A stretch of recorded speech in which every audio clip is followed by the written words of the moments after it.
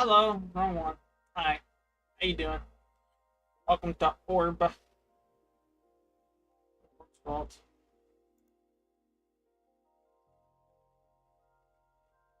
Why is my Twitch not connected?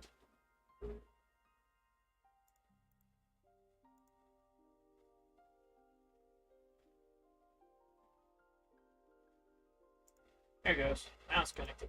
Okay. That was weird.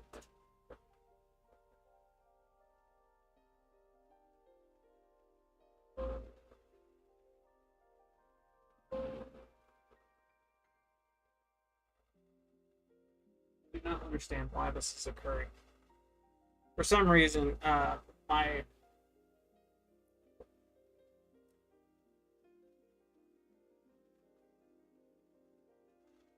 laptop is not wanting to get something because of it.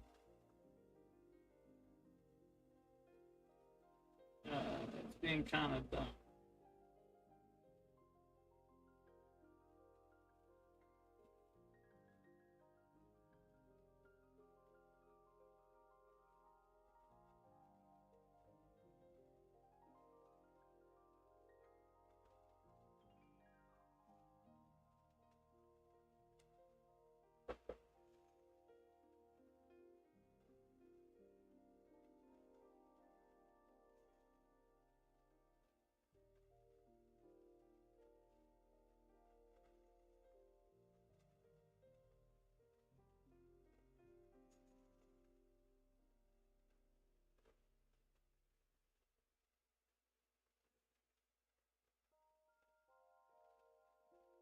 Maybe it's because I have two set up.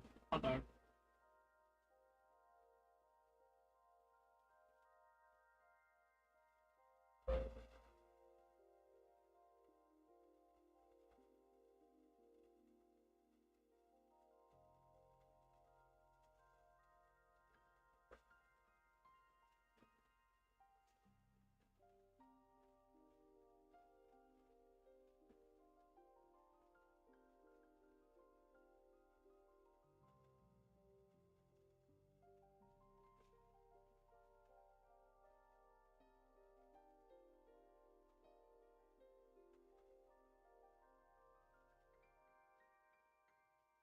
Factory reset that. That works. I'm sorry. Morning. You got 100 plat for selling 100 ducats? Fair? 113 to be exact. Okay. Which part? Huh? Is there a pack in the market that like is giving that to you? Because I can imagine you selling a gold piece and it being so expensive that sure you could probably get 60 to 70 plat for it, but 113? Unless the guy was like super desperate to get it. That's unheard of. You're like, unless the guy was like either desperate to get it or he was like generous. And he just decided to give it to you anyway. Not gonna lie, I'm a little bit curious about that, but stuff. Oh, he sold 6 trades of 100 ducats. Um, I'm not gonna lie. I'm not gonna lie. 100 ducats means you got a single gold drop. A gold drop is worth 100 ducats, or 60 to 70 plat, because it's that hard to get. It's the rarest drop of the relics, right? If 100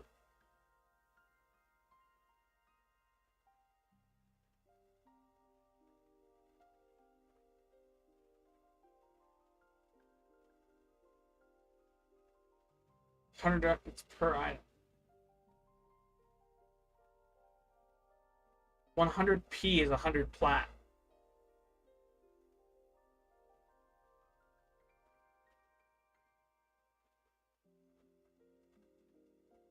Your math ain't math, and either that or the English ain't English.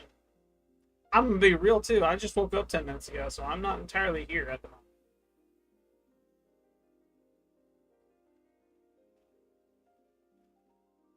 either he was desperate and you got 100 plat for 6 items that were worth 100 ducats, at which case I'm going to say you got scammed, or you traded a single item worth 100 ducats for 100 plat, which is a deal.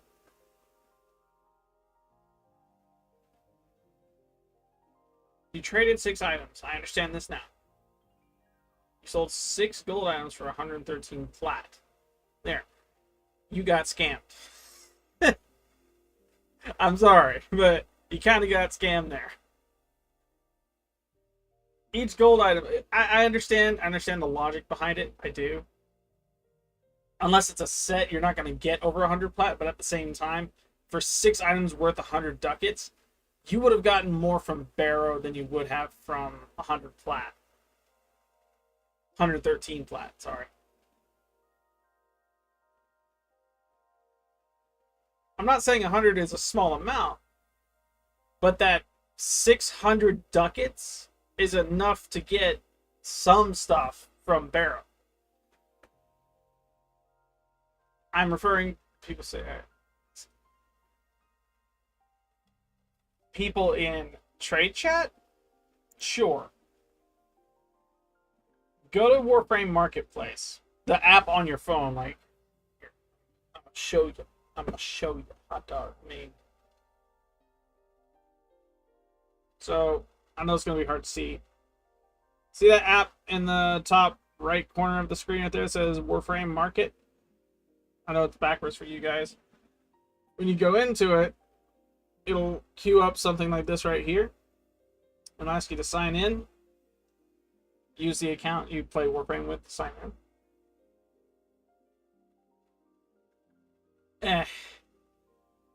It depends on the Prime piece, and it also depends on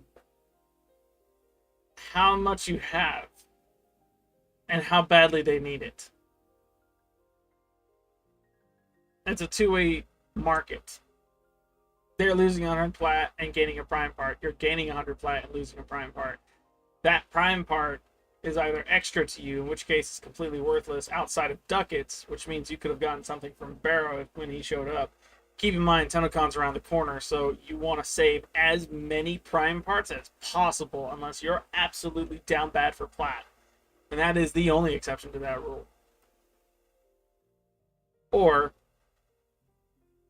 you've got everything from Barrow and are no longer in need of his services, at which point all of the... Sure, I mean, you could do that. Probably for me to tell you how that works, but at the same time, I can't help but to feel like you may have gotten scammed, buddy. People say you scammed. They're mad that the price is high enough to where they can't afford it.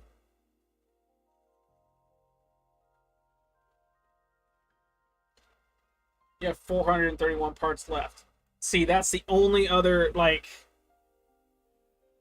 I'm not going to say that's the only other rule, but at the same time, you have enough parts for me to say, save them. Save them all the way down to like 2 copies of each. Turn everything else into ducats. Get your relics back in your inventory. Like a lot of them. And farm out the same amount again. And at that point, you can go and get plat. The goal is to have everything from Barrow, because the only way to get Barrow stuff is through making ducats off of prime parts. There are a couple here or there syndicates that sell ducats, sure, but it's only ever for a very precious resource that's much harder to grind out than prime parts are. And it's not worth it to get it from the syndicates. So, prime parts are your one way of getting everything you want from Barrow. And if you got the TennoCon Pass, literally speaking, he has every single item he has ever held in his inventory. Coming, I think, what was it, August or June 23rd, whatever that update, the Isleweaver update is. I'm pretty sure it hits around that same time TennoCon does. So, for you to sell any of those 100 ducat pieces, was it a good trade? It depends on the prime part. It depends on how much you have from Barrow. It depends on how badly they needed it. It depends on how badly you needed the 100 plat. It depends on a lot of factors there. Realistically speaking, you don't really need plat to progress in the game. Though it's handy to have for when someone has a ribbon, and because they're a one-of-a-kind item, that would be the only reason you would really need the plat. But at the same time, there are builds that trump ribbon builds, so you could honestly get away with, I don't know, not. I think he got duped, fam.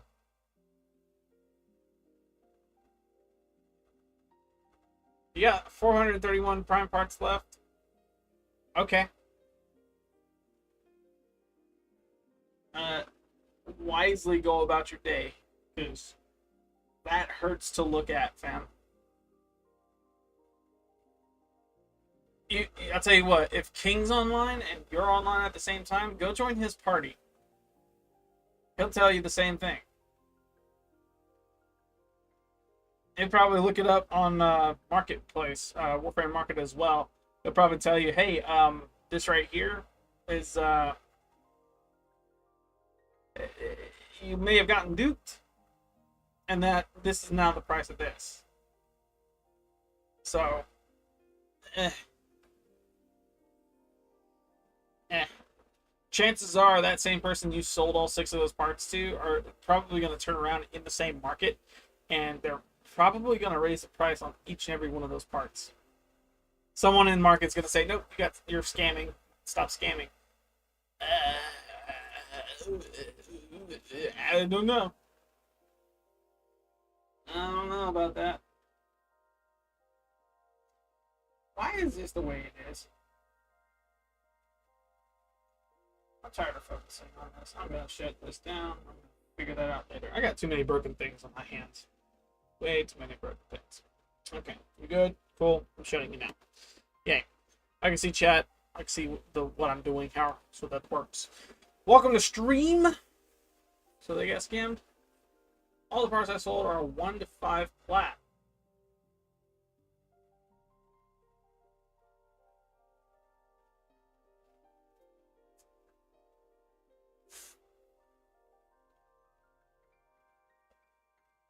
Hot dog. Hot dog. I'm about to figure this out. Do you remember what part you sold? I can't say the most expensive part because clearly they were all 100 ducats. Did you sell them a duplicate of a part?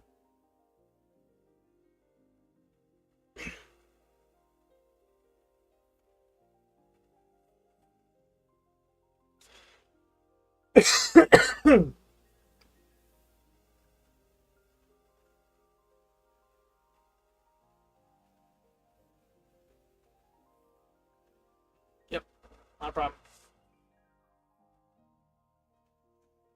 I want to know the part you sold them so that way I can see for myself prices on them, because again, it's dependent on how expensive those prices are right now in market and how, like, the median price, because to make a profit off of it, yeah, you saw the whole dude. Okay, so it depends on the highest to lowest price within Warframe market, and then you taking not the highest price, not the lowest price, but the in between, and maybe a little lower for that price to become worth selling, right?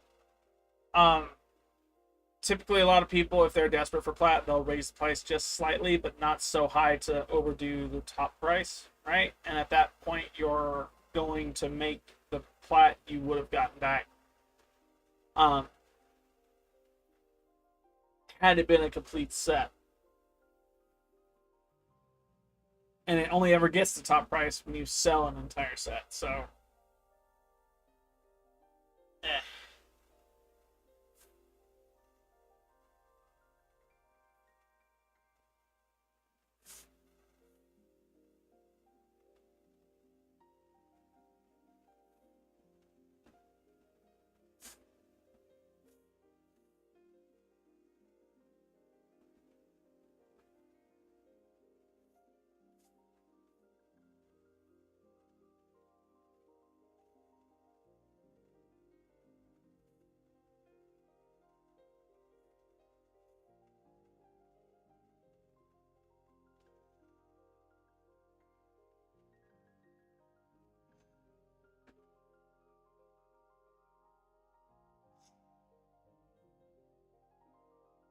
Tell you what, I'll let you handle that, okay? Because I'm not trying to play Warframe today. I am trying to set this right here up. Trying to set this spangly, sparkly world right here completely up. I want to get it so good to where I am easily able to say, okay, it's done. I'm going to throw a party together. Master of Iron Blade. See, that's a difficult one.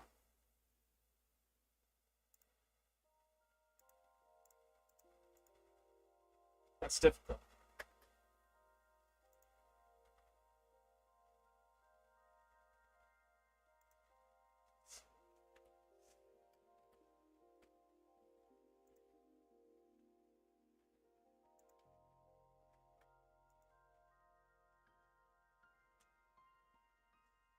Because they're easily attainable. Okay.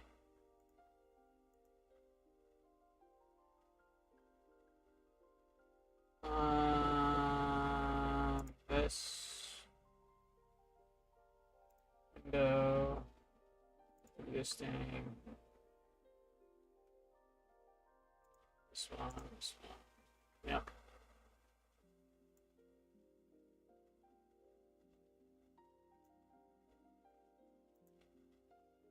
Sell value 7.5. You sold 6. And that's taking the not the top price, not the bottom price, but down the middle. Because if so, then they were generous and gave you extra that they didn't necessarily have to. And I am completely wrong.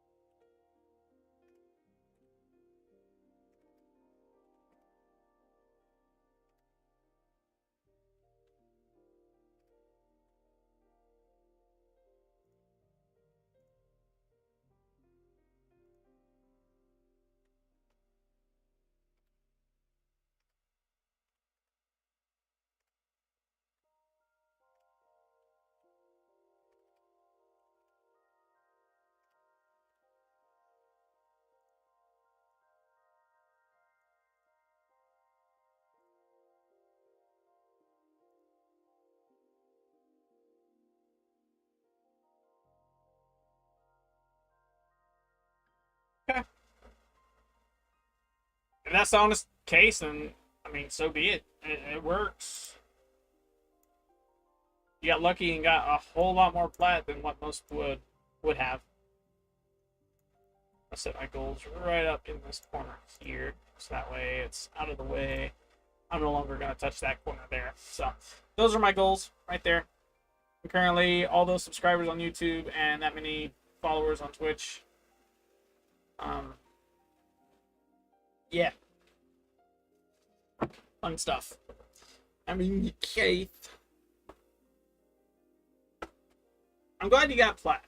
Congratulations on the trade.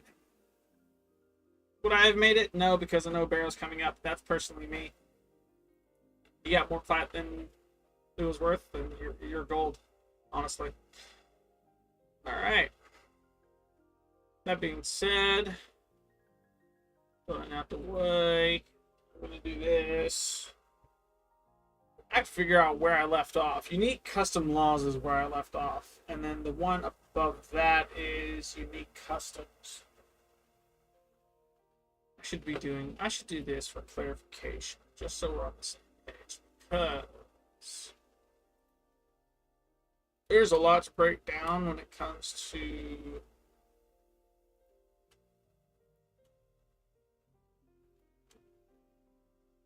this in particular, so yeah.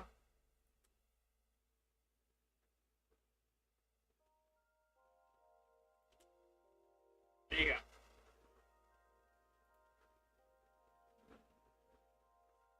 And the rest of these will be so abbreviated that it's pretty simple to read out this over all of this for country 1. Or, sorry, point of interest 1, because this is within a single country, right? That being the case, we are on to strange and unique punishments for anyone who's breaking the laws of the land. So we have unique custom laws, right? This has got a single law: blades longer than 2 inches are prohibited inside the city walls unless you are a butcher. That wall is pretty solid. It makes sense to me. So we're going to do this, right? We'll do unique custom law.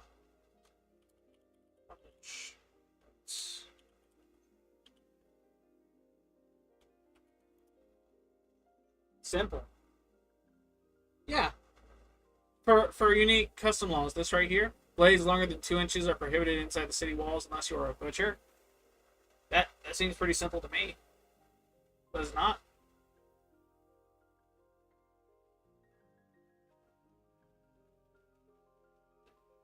Are you talking about what I meant before by this right here is pretty simple?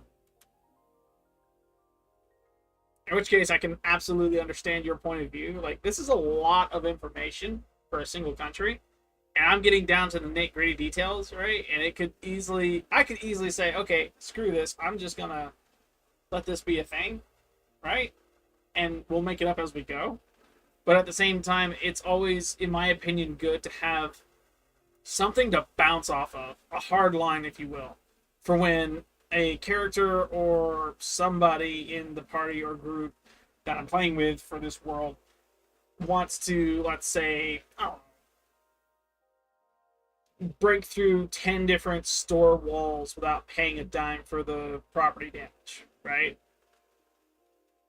It's not a law yet. This right here is pretty simple as well.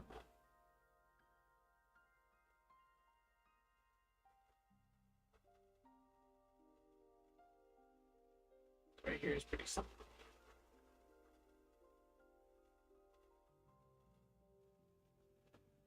Yeah.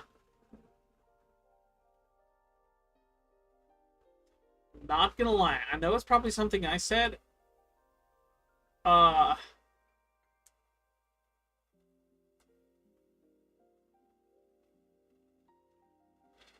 okay. Okay. I don't know. I'm sorry. I'm sorry. I know it's something I said. I can't remember.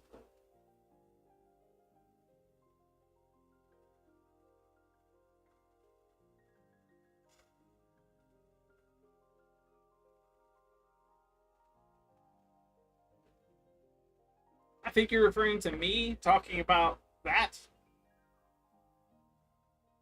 In which case, by the way, you said. Yes. You have fixed your English. English is working. I said that a while ago. That's why it's so confusing to me. I'm sorry. So, for the conversation, as it led on down and you broke it down for me so I can understand a little better, it's simple. It makes sense. You're gold. It's okay.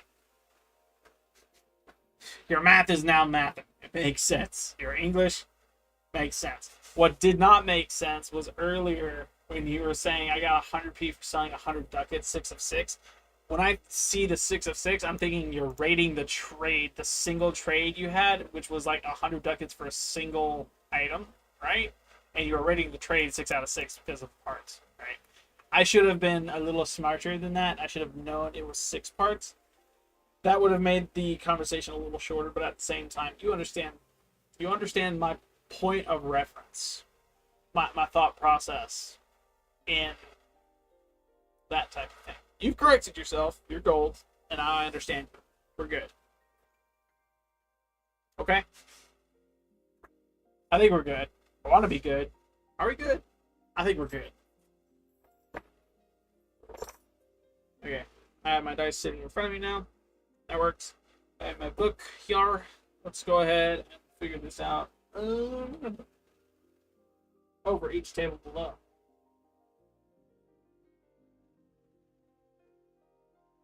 So there are a number of laws, and for each law, there's a unique punishment for if it's broke. So for this one specifically, we don't really need to roll. We don't have to roll any d4s because that determines how many laws there are. So for this point of interest right here, there are 2 in particular. So each one of these is going to get a punishment. Yeah. Yeah. Yeah. All good. Not a problem. Each one of these, though, is going to get a unique punishment that I have to roll a d20 for in order to get spot on accurate. So we're going to do that right quick. Luckily, point of interest 1 only has a single law, so it's just a d20 that we've got to roll. That is an 8. So if you break the law of blades longer than 2 inches are prohibited inside the city walls unless you're a butcher, which means you are not a butcher and you have brought a blade longer than 2 inches within inside city walls, your punishment for that would be the guilty party will be told to paint a self-portrait style tattoo on their body and have it critiqued by local artists. What a punishment, Chad. And you bring something overcompensating, you get public humiliation. Good grief, man. That is so rough. That is so funny. I love that punishment. That's amazing. This.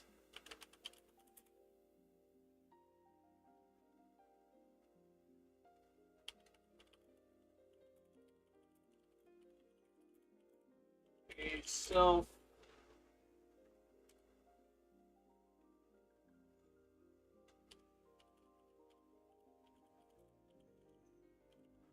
Self-portrait style. I messed that up again, didn't I? Yeah, I did.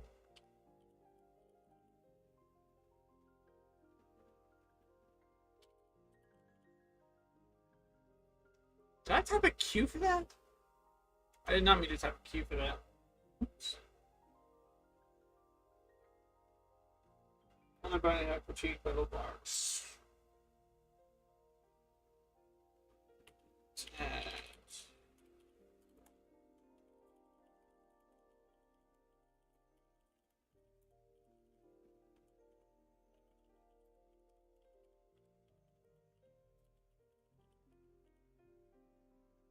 I think what I want to do for this, if anyone's punished by that, I'll get like different recordings of different celebrities, not throughout their songs or anything they've created, but an insult they've said like on lines of TV critiquing like the imagery of something, and have it be like Eminem just roasted you for bringing something in that was longer than what you were supposed to.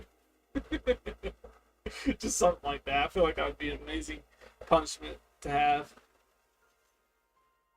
I feel like it would be an honor at that point to get roasted by Eminem for something like that.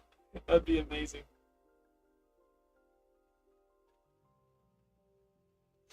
That was the first one. We're gonna go ahead. Did I get everything right about that? Critique by local artists. Yes. Okay. Cool. So we're gonna go down to here. Actually, no. This one here. Boom. So you see.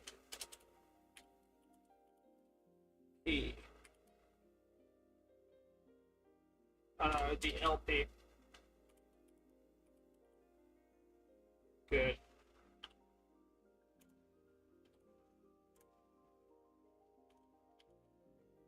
Same story. We already have the number of laws. We just are rolling a d20 to get a hold of the punishments needed in order to rule out some stuff. That's punishment number 2. So the first punishment for bringing in art depicting any animals, right, would be the guilty party is forced to submit a blood sample so they can be monitored by magical scrying. I'm gonna be honest, I'm not entirely sure on the definition of magical scrying, but at the same time, I feel like it'd be like a ankle bracelet, like you're on house arrest, right? Home arrest. So, makes sense.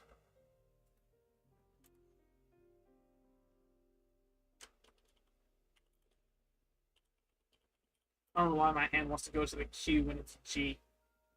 It don't make sense to me. The guilty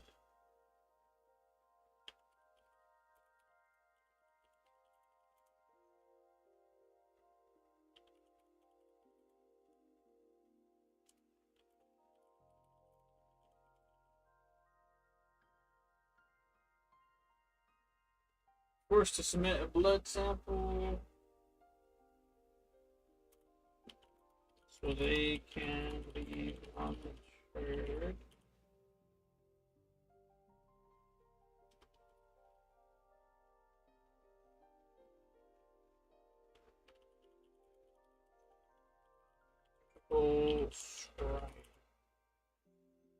Cool.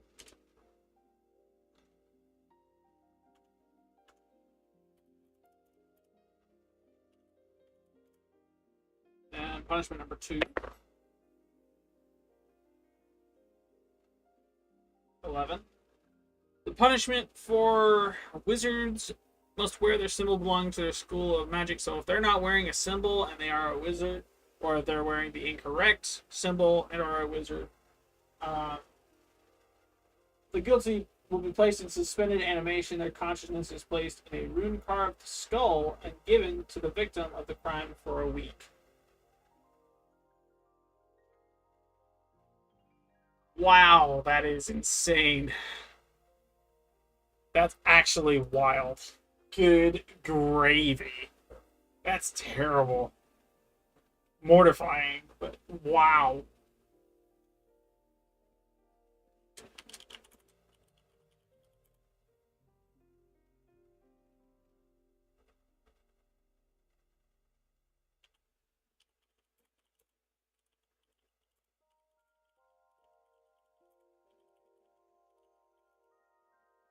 Suspended animation. Their consciousness is placed in a rune carved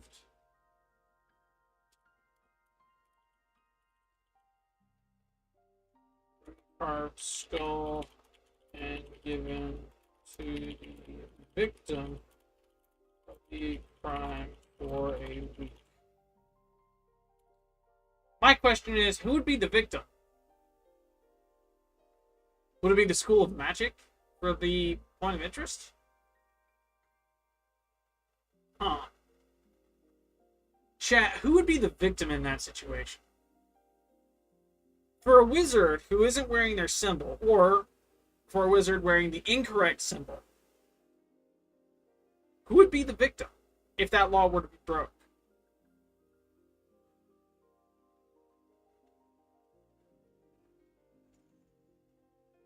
I don't know who would be the victim in that situation. Would it be the school they actually are like from, or the school of the point of interest that they're offending? At that point, wouldn't there be 2 victims? Comment. I'm putting this VOD up on Orb Plus. Go check out that channel. Comment below on this VOD. Oh wow, I done forgot to press record. Uh-oh. There it goes. OBS is bugging out. Hello. Welcome, YouTube. I should have been recording earlier. I don't know why I wasn't. But I am now. We're 36 minutes into stream, and I just started recording. Big ouch on my part. Either way, we're back at it with creating the D&D world, right? We're currently on point of interest number 2. I'm glad I didn't get too far, because that actually gives me time to do this. For those of you on YouTube, because I know you guys don't know where we're at right now, so I'm going to explain it. We just got through creating unique laws, right? So for this point of interest in particular, on Country 1, you can't bring blades longer than 2 inches inside city walls unless you're a butcher. So if you're not a butcher and you bring a blade longer than 2 inches, your punishment for that crime, if you're caught in the act, is you will be told to paint a self-portrait style tattoo on your body and have it critiqued by local artists. That's your punishment, if that happens. I want to say, and the blade's taken away, but I don't think that's a potential. Like, it's a decent punishment for that size of group. It's a gimmick punishment, but at the same time, it's like interesting, to say the least. Who would be the victim in that scenario? Right? Who would, like, I get it's prohibited, and there isn't a victim to the crime that the punishment would fall to. So this punishment kind of makes sense, right? In addition to the blade being taken away because it's prohibited in general, right? But for this one down here, so we have two laws, two punishments. The first one, art depicting animals is prohibited. The guilty will be forced to submit a blood sample if they can, so they can be monitored by magical scrying. Not entirely sure what that means aside from house arrest via magical terms. That's that. And then, of course, the second, this is the one that's weird. Wizards must wear the symbol belonging to their school of magic. So if you are a wizard and are wearing the incorrect symbol, or are a wizard and not wearing a symbol, the guilty will be placed in suspended animation. Their consciousness is placed in a rune-carved skull and given to the victim of the crime for a week.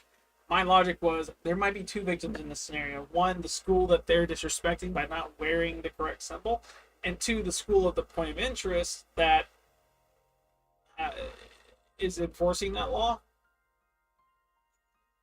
that they've offended, right? They're offending that school of magic because instead of wearing the correct symbol so they can accurately identify where they're from, they can't identify them entirely.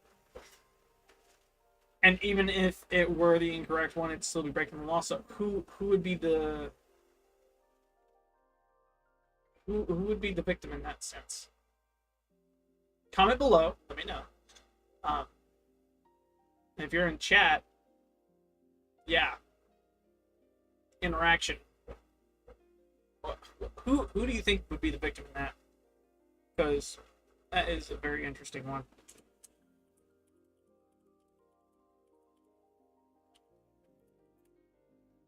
Good. This is good. We have 3 punishments we have to go for. Bear fights must take place indoors.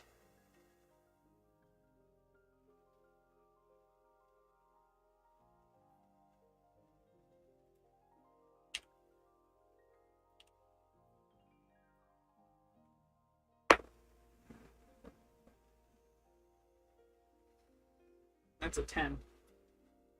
So, the guilty, if there's a bear fight and it's outdoors, I have an idea of the tattoo. Maybe instead of the self-portrait, put criminal across the forehead in soluble letters. There. This one here.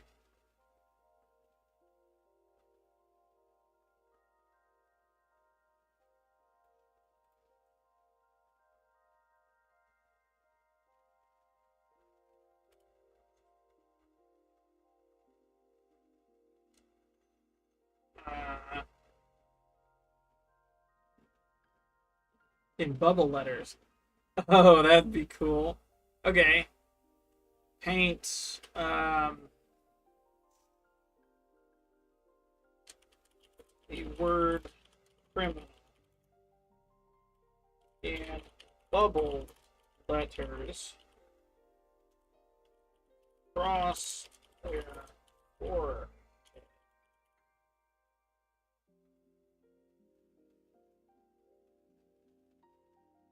The guilty will be told to paint the word criminal in bubble letters across their forehead and have it critiqued by local artists. That actually sounds pretty fire. Interesting punishment. I wonder how that would work. I almost want to say it has to be bubbles. Not just bubble letters, but because this is the land of magic, it'd be bubbles, actual bubbles. It's serious because if they pop the any of the bubble letters, it's instant execution. I know that's extreme, but would that not be an interesting punishment? Like, gimmick punishment with a dire consequence, like just straight to an extreme. They are all about having criminal tattooed across your forehead if you broke that law, and if you can't manage to keep those bubbles from popping on your head before the artist can critique you, then it's instant. You're sent to the chopping block. I think that would be amazing.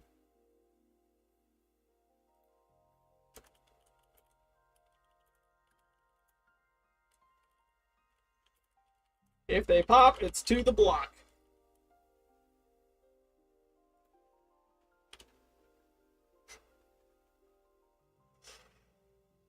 Do you agree? Is this a... this is not a reasonable punishment at all. But do you agree with the comedics of this punishment for this law right here being broke?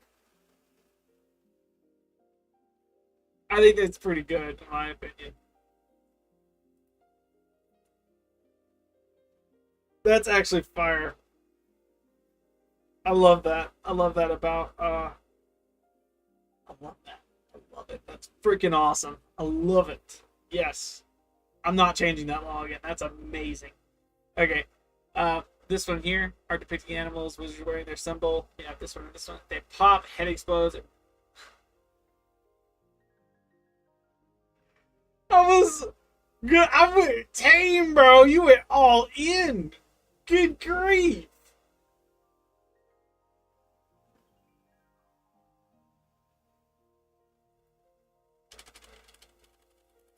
If they pop, you pop. This got very gruesome very quickly. Good grief, man. Is that satisfactory?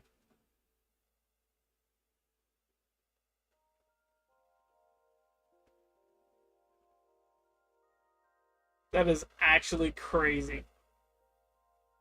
See, this is why I ought to get you guys' input on a lot more stuff, because that kind of thing can happen, and it's amazing when it does. Alright. I think I rolled a 10. So the guilty for when a bear fight is indoors. If bubble pop, you pop. Yeah. Yeah.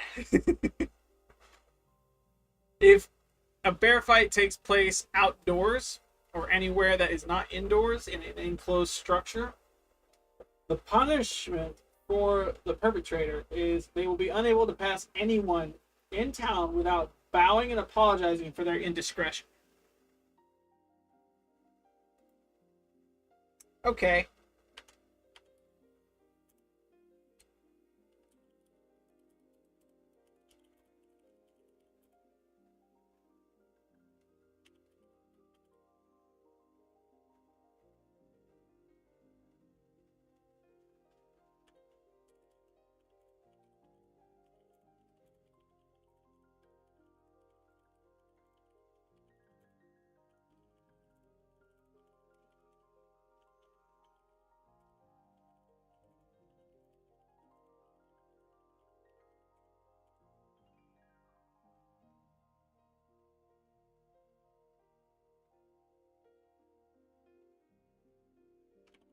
So this doesn't seem all that terrible. Similar to the last one where it's a tattoo on the face getting critiqued, and lick the king's shoes. You're telling me. Every single time someone attempts to pass, or he attempts to pass someone in town, he then has to not only bow and apologize, but walk his shiny butt all the way to the capital of wherever he is. Keep in mind, this is a city of 10,000 people.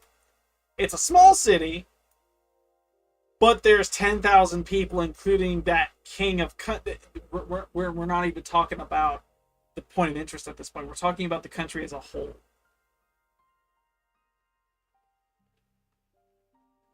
Huh? What? What? What's that, Joe? What did you just say? The guilty will be unable to pass anyone in town without bowing and apologizing for their indiscretion. They have to bow, apologize, lick the king's shoes, beg for mercy, make them do labor for 50 years, and take their children and their wives away. And eat their food in the fridge. They have to be in the fridge to eat their food. What the heck, man?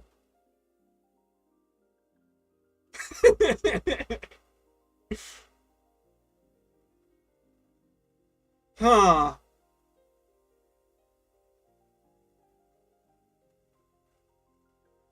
I don't think 50 years is adequate enough because most characters in D&D, right?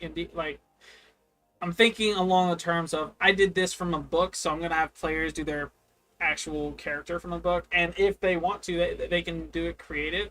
But the lifespan has to be well defined, so that way when the crime is committed and the punishment served, it's not so overbearing. Granted, there is comedic timing in the punishment of the laws. That doesn't necessarily mean I want to go straight to execution from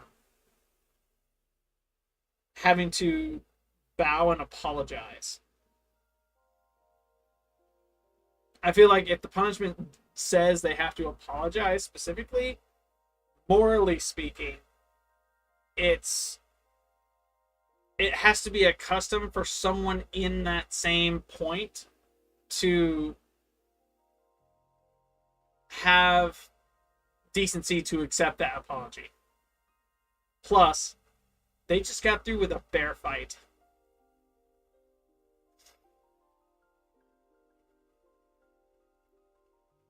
350 years.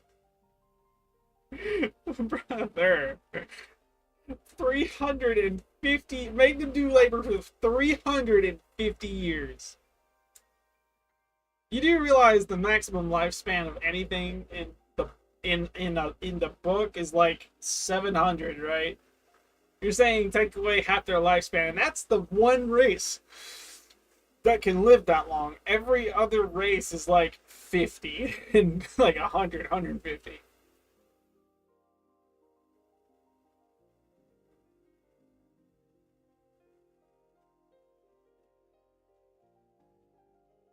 Wow. How about this? How about this? Because it's a bear fight, right? There has to be some leeway. There has to be some moral ground here. They just got through with the bear fight. It was outdoors or whatever. They broke the law.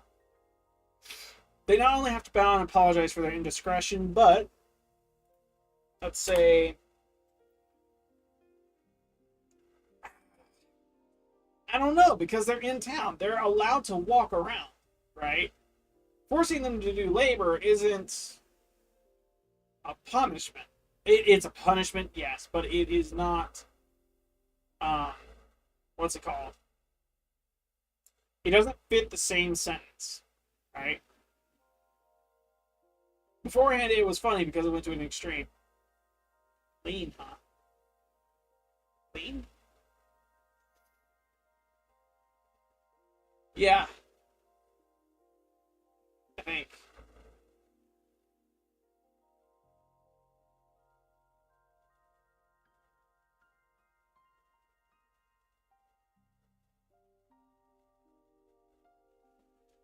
Bro is in the Bible right now. Bro is reading from the Bible for these punishments. Holy crap, Joe. Chill, bro. It's not that serious.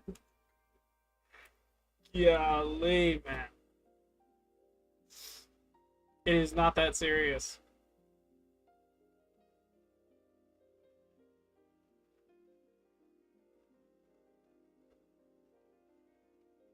Is it on par? Sure. Okay. We'll stick with that. Lashings with triple whip. Triple whip. I don't know about 75 though. We'll do 50 because no, we'll do 75. How would that fit? He has to bow and apologize after receiving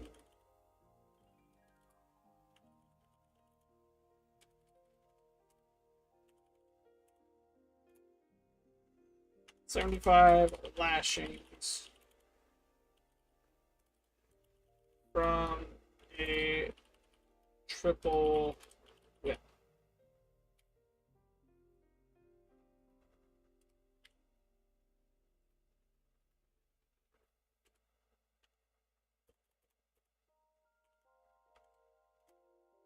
Wild. Oh man, what? What? Oh man, what? Oh man, I did that pretty dang well. No?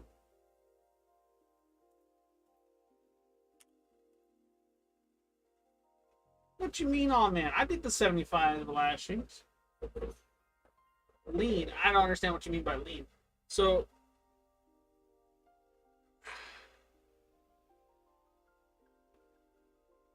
that seems so much more gruesome than popping.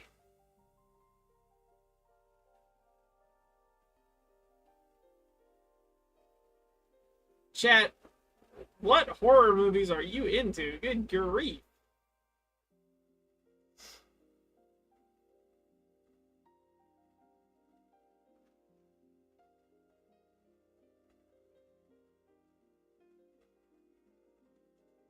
He doesn't have to be huge for the. I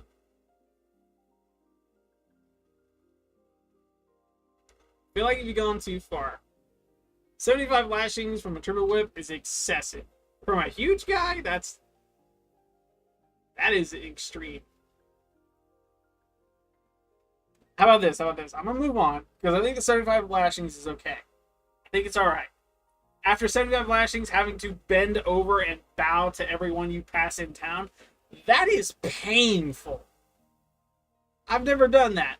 But you ever have one of those little paper cuts and you try and bend your finger and it opens up the paper cut? Ow! Not doing that. I'm gonna roll the die now, okay? 3. So the price for breaking the law at noon every day. This. Oh, hello. What just happened?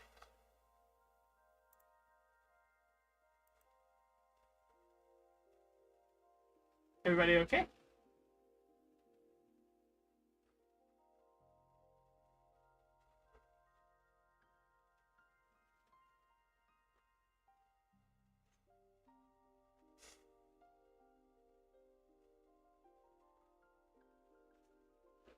Joe, you good?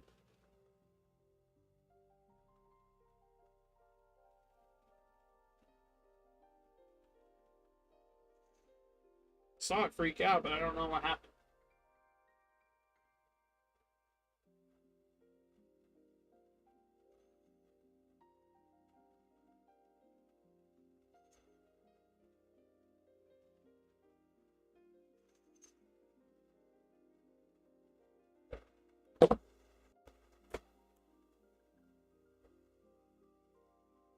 What just happened?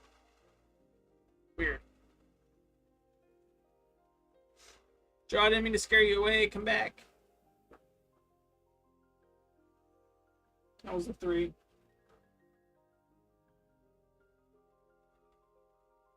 Oh no.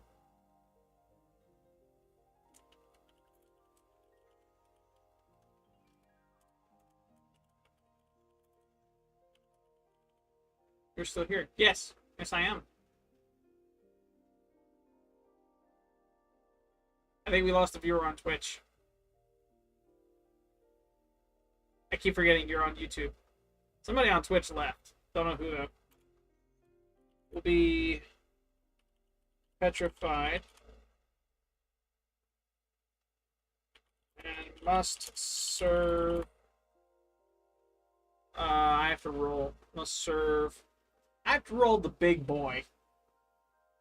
This is a 1D100. 100-sided metal die. This thing weighs a pound. Right?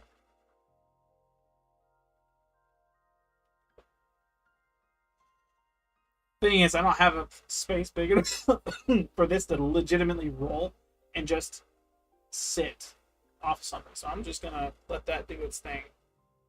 Don't fall, don't fall, don't fall. That says 9. Not too bad. Not too bad. So must serve. Petrified must serve 9 hours.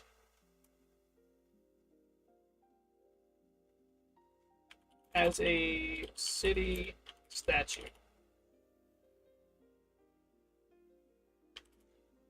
That is the punishment for breaking the law at noon every day. The city goes silent for 1 hour. Sound of any kind is illegal. So if you make a sound within that hour, yeah, it's a disco ball. You're not wrong. It's a red disco ball. I love it. If you break the law of making any kind of sound within the hour that the city goes silent for, your punishment will be to be petrified, and you must serve 9 hours as a city statue.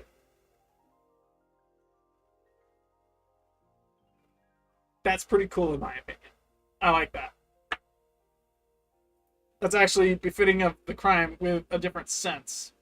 If you look at Medusa in her eyes, she will petrify you and you become a statue permanently, right? This is less serious because it's a time-based spell. And it's entirely based on if you break that law and the severity of it. So.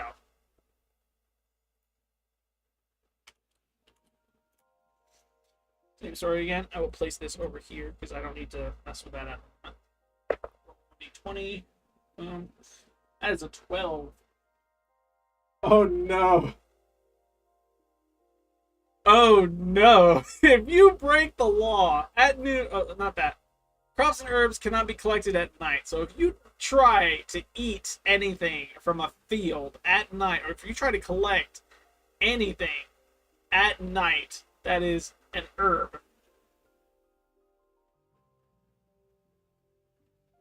cement planet on his back.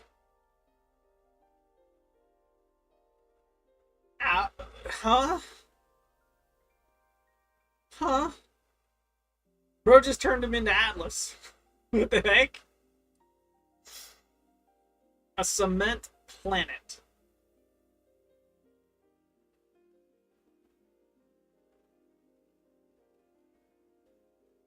I mean, he wouldn't be able to move. He'd be crushed. The goal is not to execute for making any kind of sound. I really, really, really, really like that one. I like the law. I don't want to change that. The guilty will be petrified must serve 9 hours as a city statue. That is perfect for that kind of crime. I don't want to change that. I really don't. I tell you what, if you can make this a little better and not to an extreme, like, I don't mean for it to be comedic on that one specifically, because that is like, you can't get better. Keep in mind, it's a small city with 10,000 people living in it, right? There's bound to be some sound. So for that many people to be silent and the one person to commit that crime, I feel like 9 hours as a city statue is okay. Especially when you have that many people around. You know some kids are going to come up outside of that hour, laughing, cutting up, and probably painting whatever they can, vandalizing all that they can. I guess my frames dropped. Weird. I feel like that fits the crime, though. That fits the, yeah, that fits it. If you were to break that law.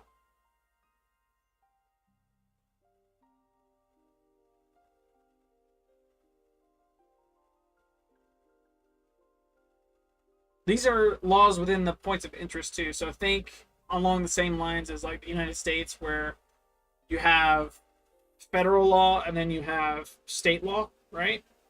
There are two different versions of the same thing. States can enforce their own local laws, and federal is the main branches of the government, right? And if you commit a crime so heinous, you skip state and go straight to federal, right? So the result being, these are lesser laws that people within these points of interest need to obey. But they're not the country federal laws. This country specifically is dictated and governed by one authoritarian leader, a female elf mage, seeking to control all trade and wealth with her over-reliance on science and invention. So, literally speaking, it didn't sound. Said it again. It's okay.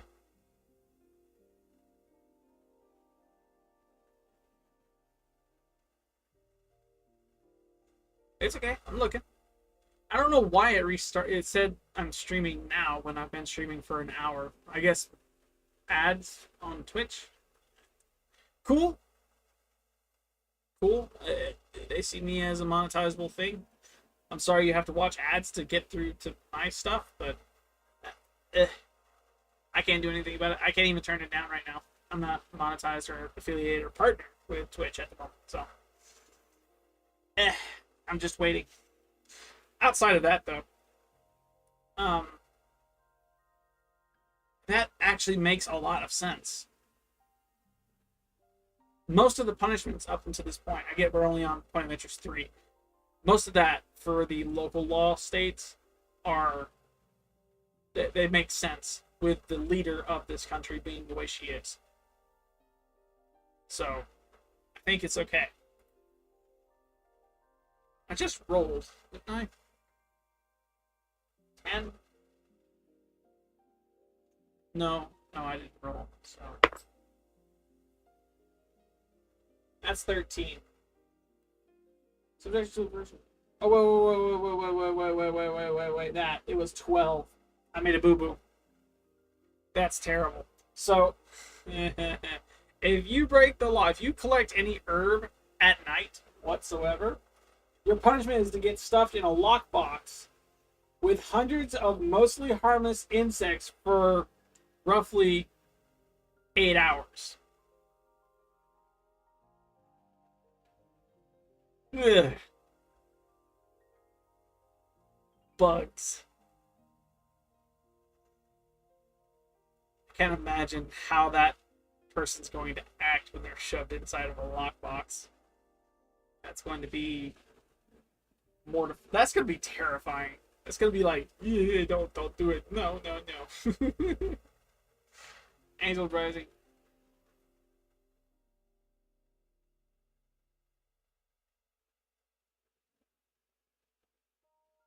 Yeah, yeah. Why are you gruesome right now, man?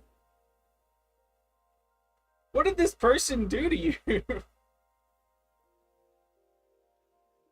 You don't have to be torn apart for... No.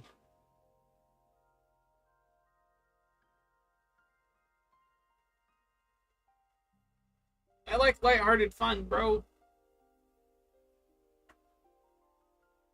It ain't gotta be like that. The crime has got to fit the punishment, in my opinion. For an angel to come down and mess him up that bad? No. No. Mm. It didn't send again. I saw it. I could see it. It's over the thing.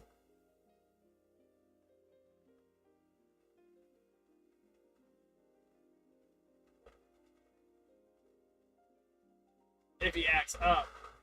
How could he act up if he's petrified?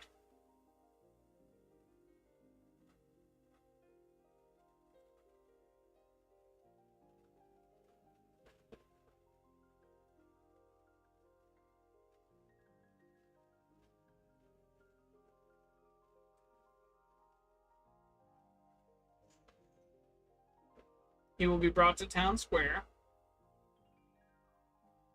Not gonna lie, I'm a little bit terrified what you've got going on.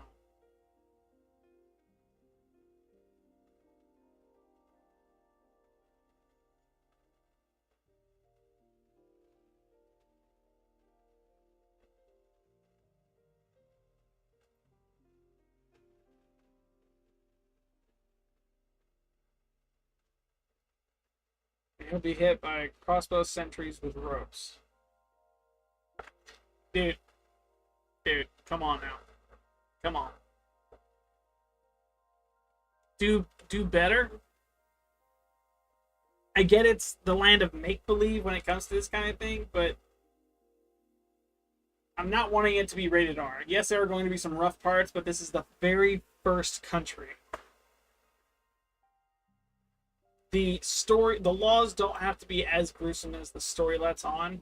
I'm thinking along the lines of corrupt-ish, right? Anything, the point of interest being a corrupt group of individuals, and from there, sure, you can make some pretty gruesome things story-wise with that. Laws, though, aren't meant to be indicative of that. They're supposed to be helpful towards the citizens. That's the whole point of being a point of interest. A county in a state, or a city in a county. It's supposed to help the citizens out, not harm them. Sure, with a punishment befitting the crime, but not one that overdoes it to the point where citizens are being lost and now the city's in jeopardy of not being a city anymore. Instead being abandoned ruins because the leaders decided to overdo it. Medieval games 9 times out of 10 skip straight to execution for even the smallest of problems when it comes to not burglary, but yeah, sometimes if the amount is great enough, burglary goes to execution.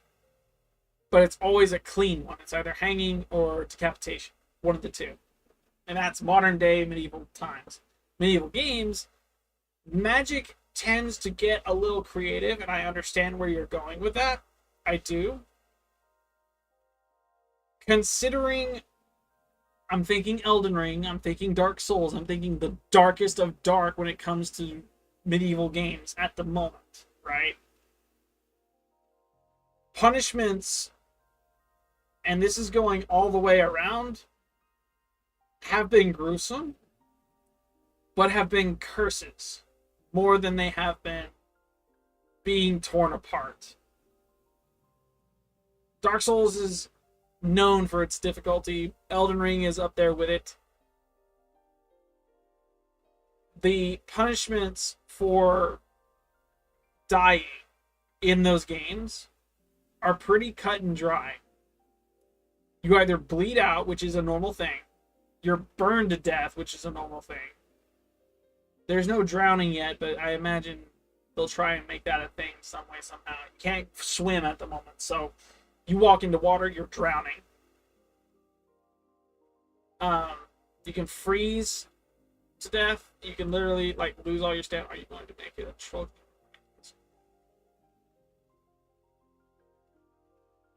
So this is a elfin kingdom, as you can see up here.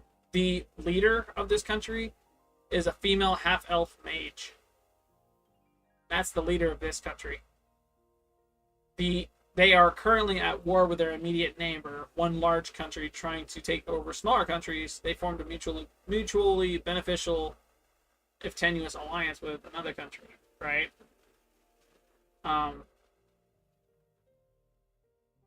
These, in particular, what I'm writing stuff down for, are the points of interest within said country. So think counties or states within countries, right? Think Florida, Georgia, like the United States. You have many states combined into one. There are 2 different sets of laws. You have federal and state law, right? I'm currently working on the state law, not federal law. So, end result should be, though, smash. Yeah, smash. Oh no, she's pretty greedy. I don't think you'd want to smash that. I'm going to type this up now, because I've been neglecting it. I've been trying to explain a bunch of stuff. But this is state law that I'm currently working the punishments for, and they've got to equate the law, otherwise the higher up government, the higher up hierarchy is going to come down and say, no, don't do that, right?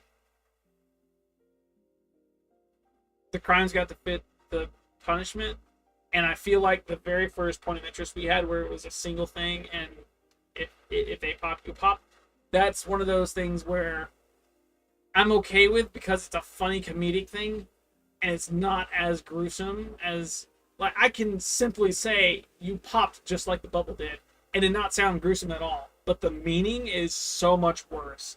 And it's funny because bubble words. Yes. She's trying to control all the wealth and stuff. Or actually, I'm sorry. She's trying to further control all trade and wealth by her over-reliance on science and invention. So she's literally digging for gold from everywhere and using science and inventions to do it. Buddy, you took a trade. for 100 platinum with 6 items worth 600 ducats. I don't think you could fix her, fam. I don't think you can.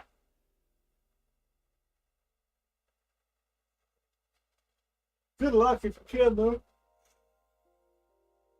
Subjected to a version of... Oh, no, not that. Stuffed in a lockbox.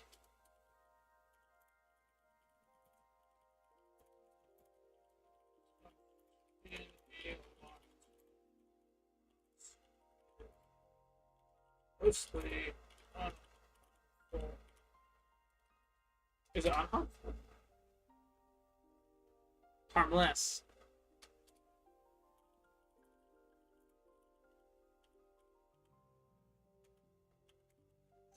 I said 1d4. 2d4, so I have to roll this twice.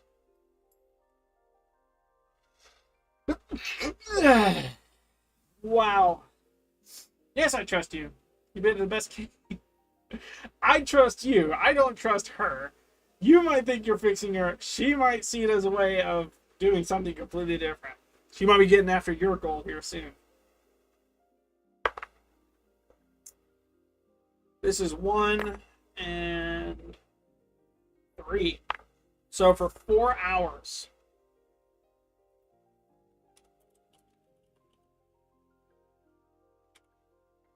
For 4 hours, the guilty of breaking the law, collecting any herb. King Joe Mama. That's amazing. I love that. For breaking the law of collecting an herb at night will result in the punishment. You will be stuffed in a lockbox with mostly harmless insects for 4 hours. RIP to anyone with arachnophobia. That's so... Does that fit the crime? Sure. RIP to anyone with arachnophobia. I'm sorry.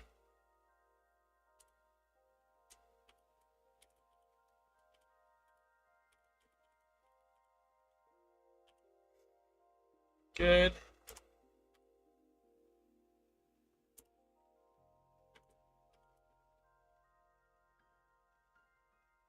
It's because there's so much there that's the thing. And this is like super small. So 1d20. Art depicting any kind of animals prohibited. Or I'm sorry, I read that wrong. First law is vegetables cannot be eaten on the 1st and 7th of every 3rd week. This is where things get a little tricky because, oof. I think I want to do 2 different kinds of laws. For if you eat it on the 1st, there's 1 law, and if you eat it on the 7th, there's a 2nd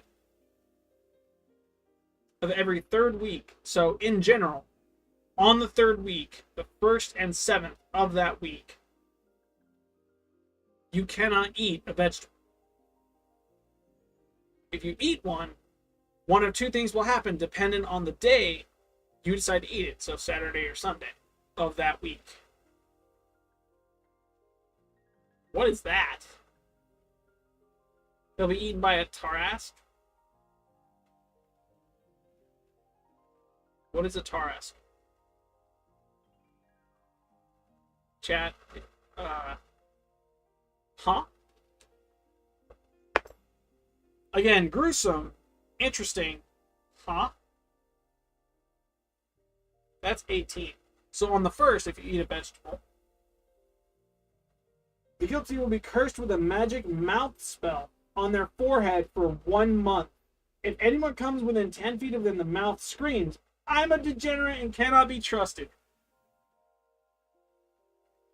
Check Discord. Okay, hot dog. Let me check Discord. What am I doing? I have Discord up. Is this something I could show on stream? Let me see. I'm about to check chat. Come on. Give me a little quicker. There you go.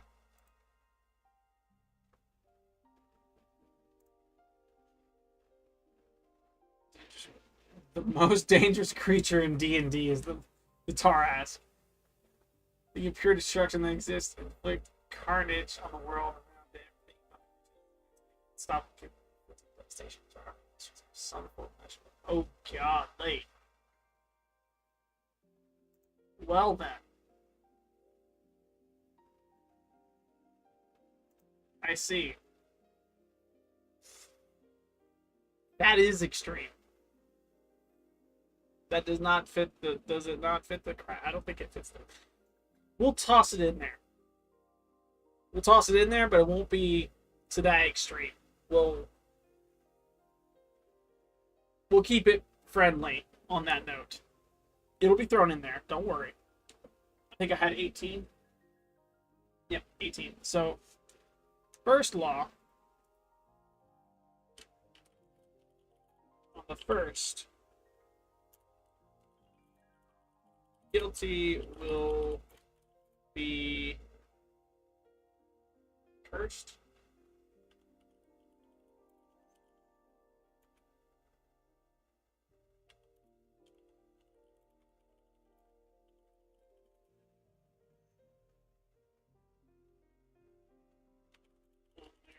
Forehead.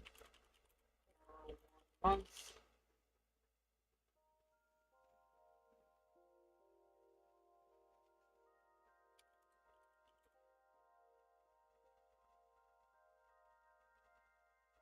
If anyone comes within 10 feet of them, the will scream.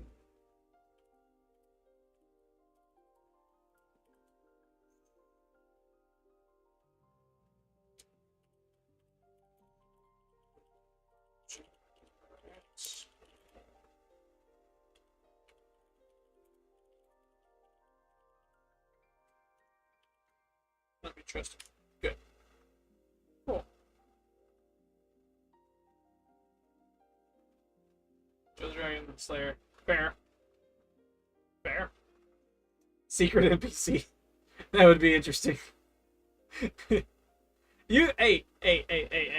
If you want to, because I'm being completely serious about this, this is such a massive world that I have no problem with inviting chat to participate. Okay? Dragon Scales Blade if defeated the final game boss. Final game boss is a ways off.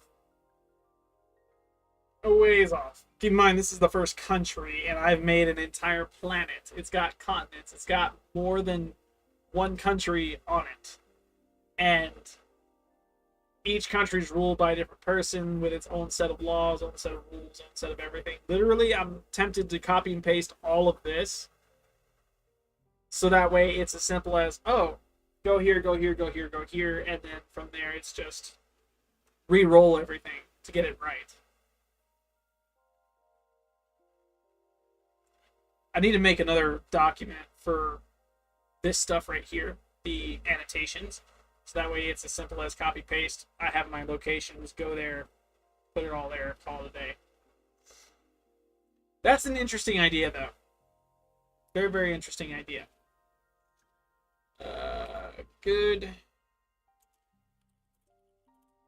On the second, oh no, it wouldn't be the second. On the third, no, 7th.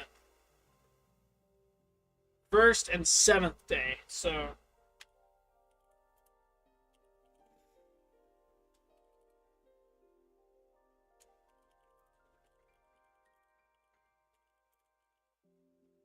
guilty will be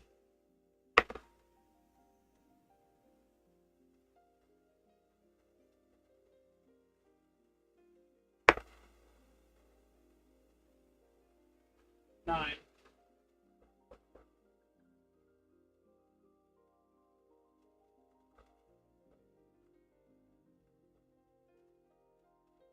Interesting. Need to wear only orange for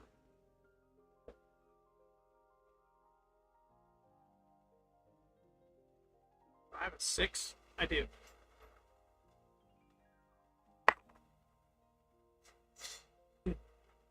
6 years while being hunted by a Tarrasque for half the time. Does that okay? Is that okay with you, Joe?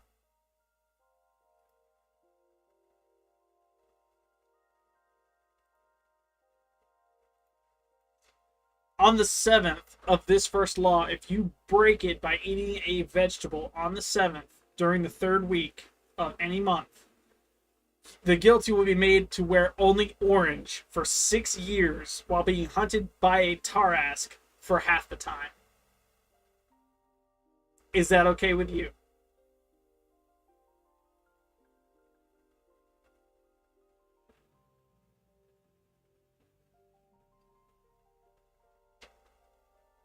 Yes.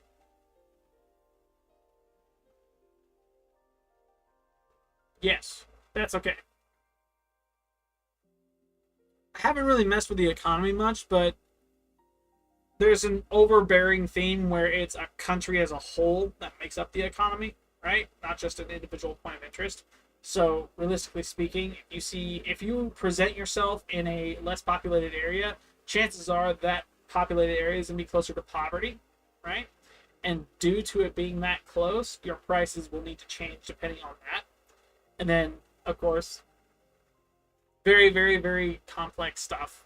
Less complicated when you read the tax rate, method of tax collection, and then the treasury stuff, and then stuff like that. And then, of course, exports, resources, all that fun jazz. And then, of course, I'd have to roll, or you would have to roll within this right here for the biome you're in, because it's dependent on the biome, what's in the shop. Are we on 5? We're on 5. No, we're on 4. We got a little ways to go, so I'm gonna try and lock in. I'm gonna try to. That first one is a doozy, just because there are 2 different ones that you could be punished with. Big oof. Let's screenshot so I can read and give idea, please. Screenshots of the book.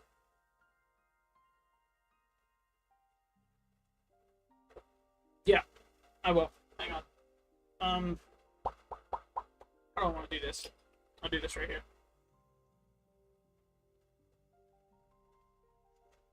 Hot dog. Set that there. Mind Chow is going to protect our spot. It's right here.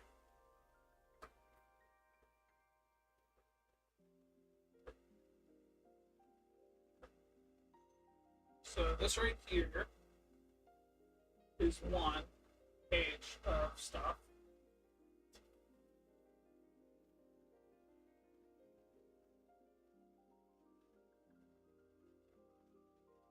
There's a page of another. I'll send it to you through Discord.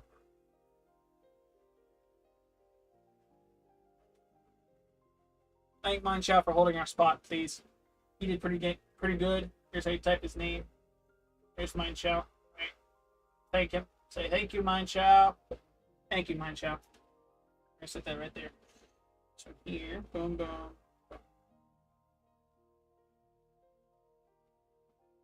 Not gonna lie, melee influence is one of the more interesting mods, arcanes for Warframe. I need to stop getting sidetracked with Warframe. I might be addicted. Might be. We're gonna roll D20 again for another punishment on the second law. We hand over ourselves to a 3. The punishment for bringing an art depicting any kind of animal is prohibited. So bringing an art to the city, you get punished with being petrified. Must serve as a statute for 1d 100 hours. Okay.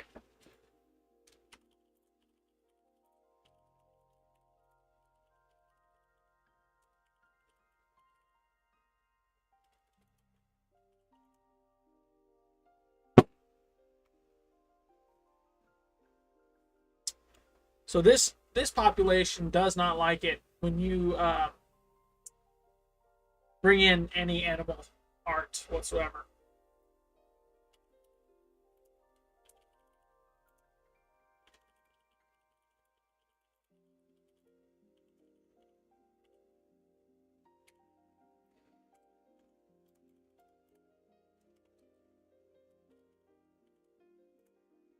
Just don't do it. Big oof. For 34 hours? Yeah. That's a whole day. When they are unpetrified, they will be hungry. They will miss an entire day's worth of food and then some because it's 34 hours. That's a day and a half. Almost.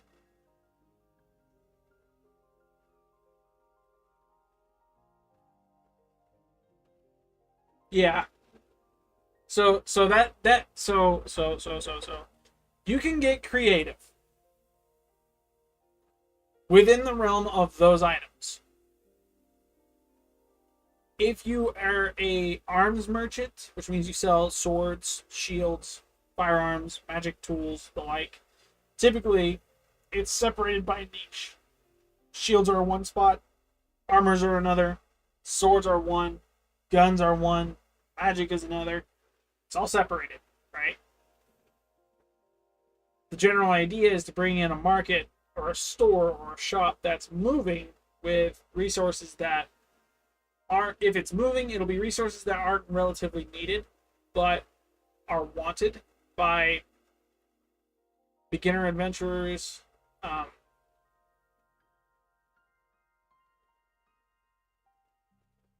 anyone looking for unique relationships between their stuff. You can get creative. I said you can get creative. This right here is a book with limitations to it. Technically speaking, I could change up any one of these laws to get variety, and it works all the way around. I'm sticking to the book at the moment to get a hard line to bounce off of. I said this at the beginning of stream. This is a hard line to bounce off of. So if you want to be an NPC that comes in with a shop that can hand out bounties and stuff, you can be creative. You're a secret NPC with scams on the prices. Yeah. You can be completely creative with your own setup. I'm going to ask you nicely, though, please stick within the realm of reason, because at the end of the day, this is a country that I am going to be using as, again, a baseline, a hard line to bounce off of when a character wants to go this way instead of this way, and instead now I have to do this, because if I don't, they're just going to keep going this way, and at the end of the day, no progress will be made. A story's best told when it's on the spot, which is cool. I'd rather have a safety net that says, hey, this is where things go. This is how things work here. Him doing this is a problem. Create something from this.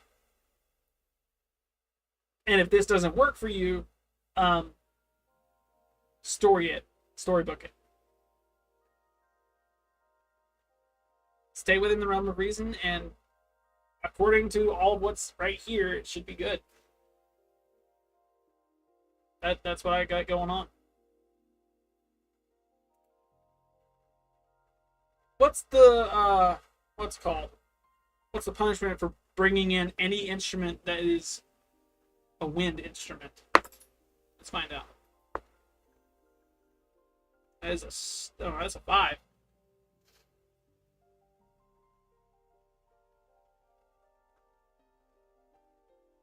I feel like that doesn't make sense. So the punishment for bringing wind instruments in, right, or making them, or doing anything with the wind instruments whatsoever within this point of interest, the role was the guilty will be forced to dress as a jester or a fool and perform on street corners for a total of 1d20 hours.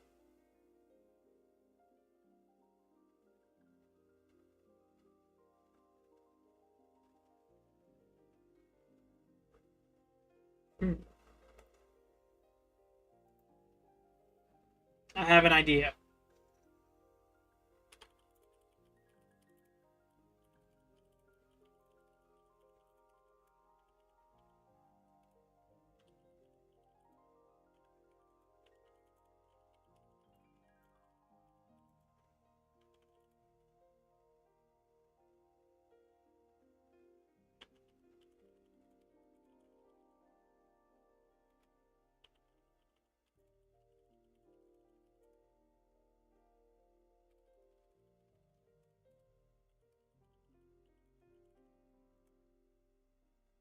20.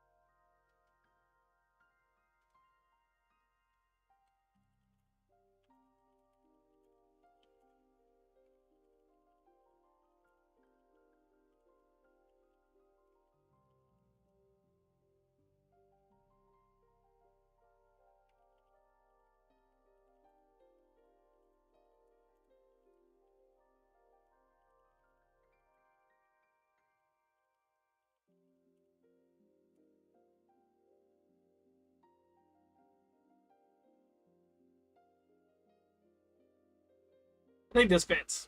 Just a little better.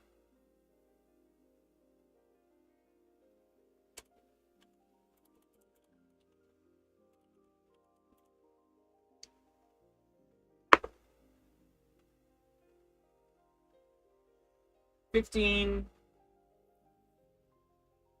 Oh, wow.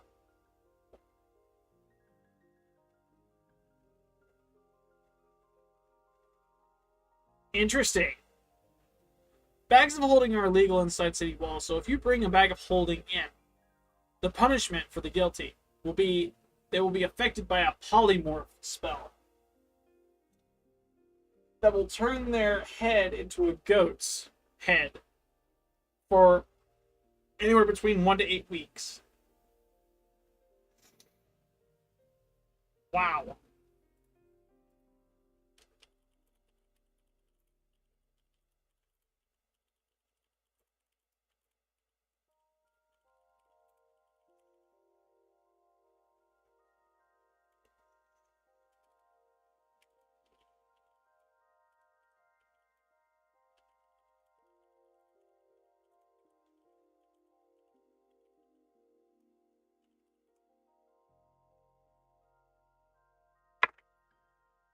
Three. So 6 weeks.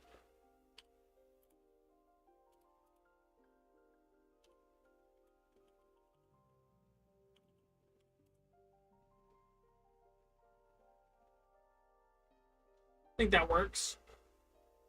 Maybe. Kind of. I think it works.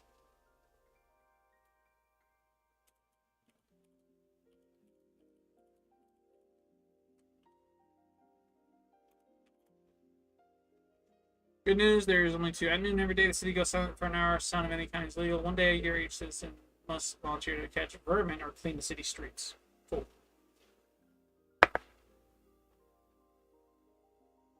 That is a 10 for the first law, so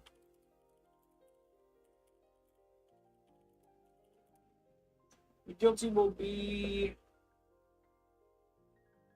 unable to pass anyone in town streets without bowing and apologizing for their discretion.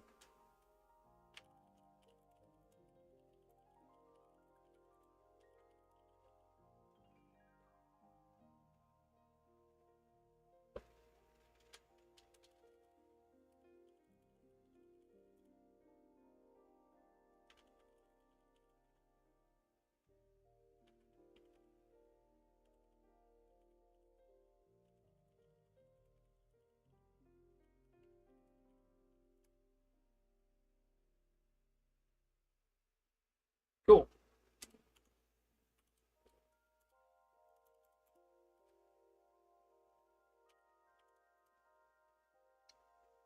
Good. Cool.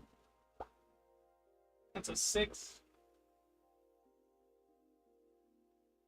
Ew. The punishment for 1 day a year, each citizen must volunteer to catch vermin or clean up their city streets. They have to shave off their eyebrows and drink them with mead. Ugh. That's nasty.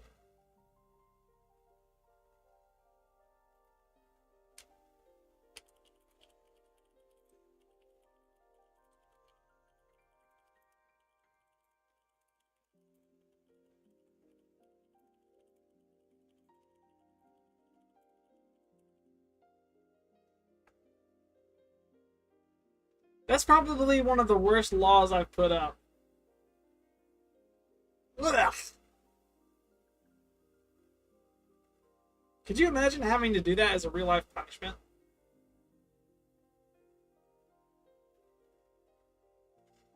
Golly. Okay.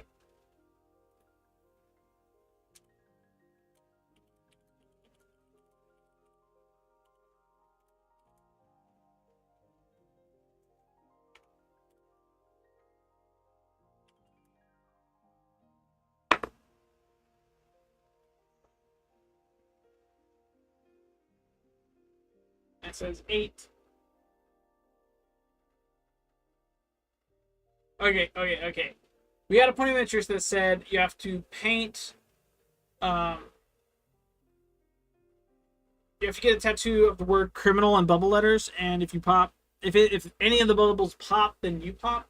My question is, we have the same law again, right?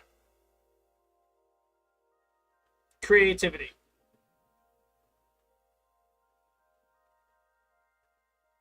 It's a punishment, so I'm allowing creative freedom because this is a punishment for feeding alcohol to a sea creature. What should the punishment be?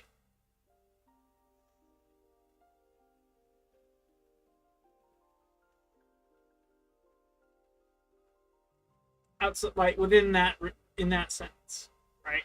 The guilty will be forced to tattoo a self-portrait of themselves on their forehead and get have it critiqued by local artists.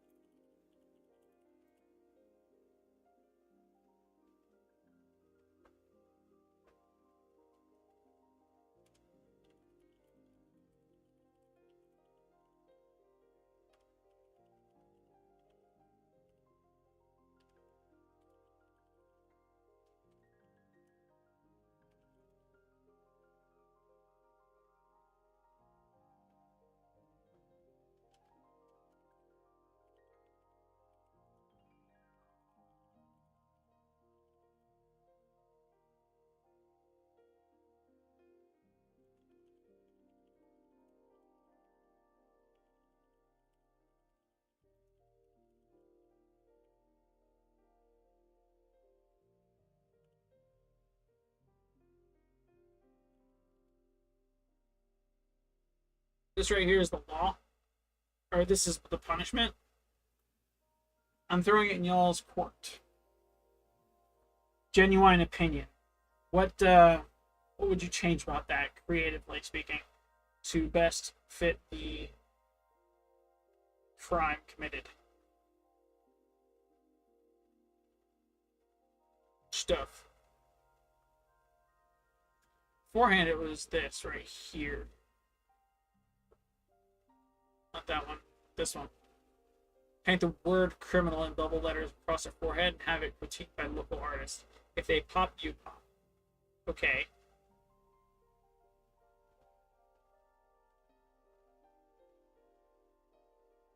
Dang, we have 2 more. We have 1, 2, 3, 4. We have 4 more. Sorry. Stuff.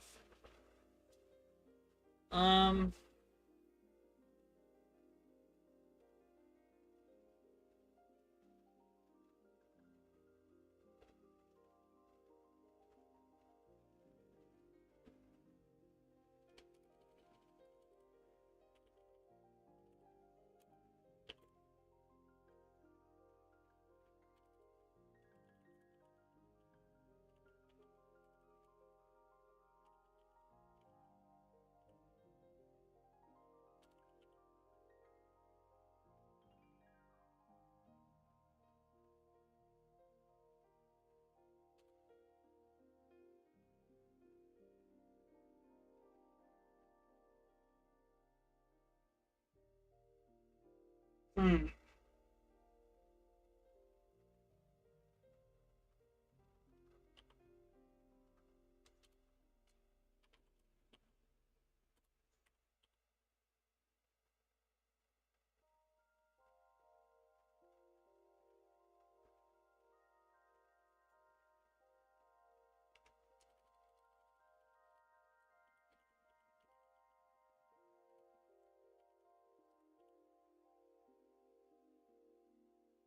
Think that works?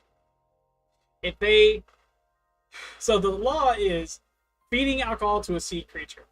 If for any reason they make it a mass event where they're not just feeding one creature, but many creatures, they have to have a tattoo of every single individual creature on their body. And each of them have to be critiqued by local artists.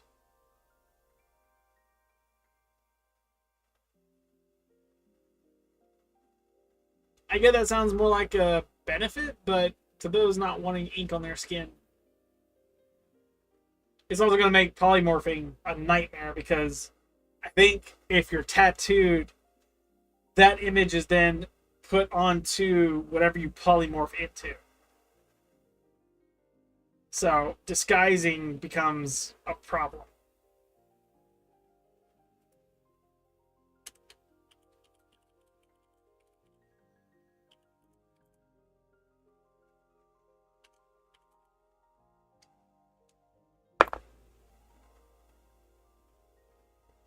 We got a nat 20 for that. Donkey and horses are prohibited from sleeping outside, which means they sleep outside as their owner. You are then placed under a Kies and must act on behalf of the government for a period of time commensurate with their crime. Big oof.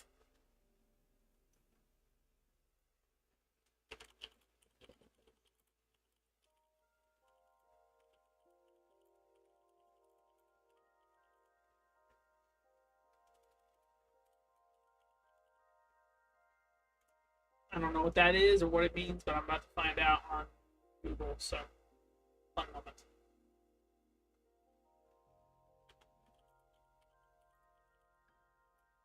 Is that a word? Is it supposed to be pronounced guys?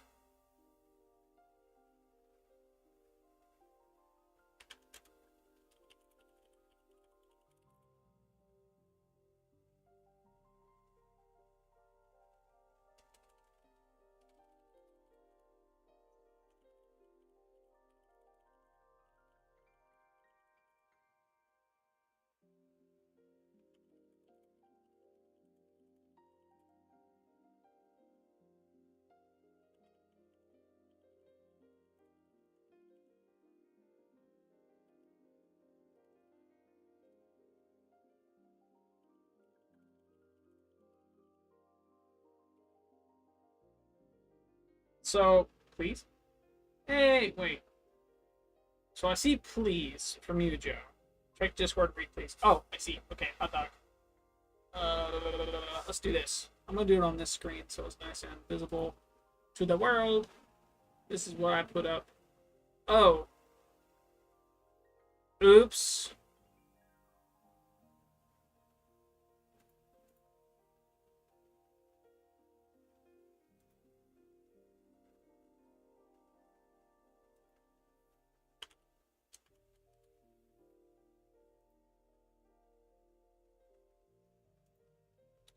It says I need access.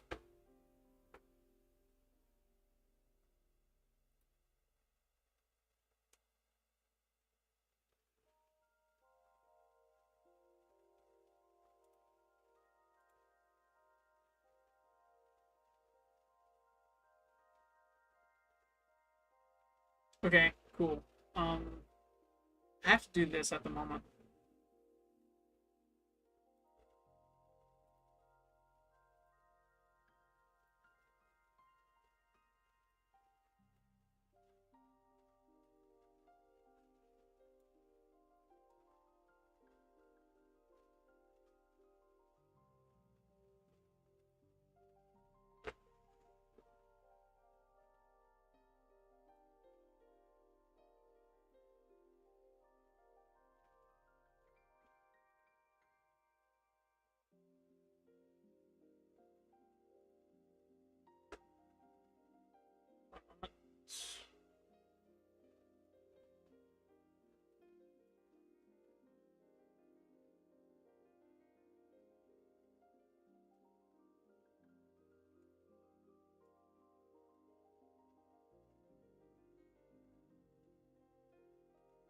interesting.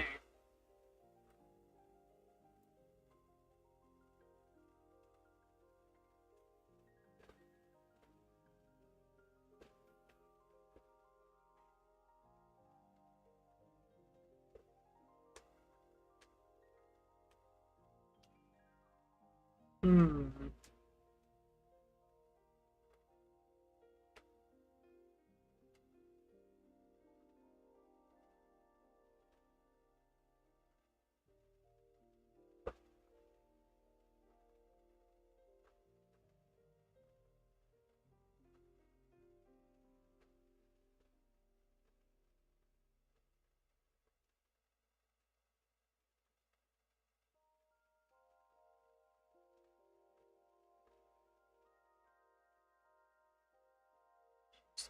Wait, show me now.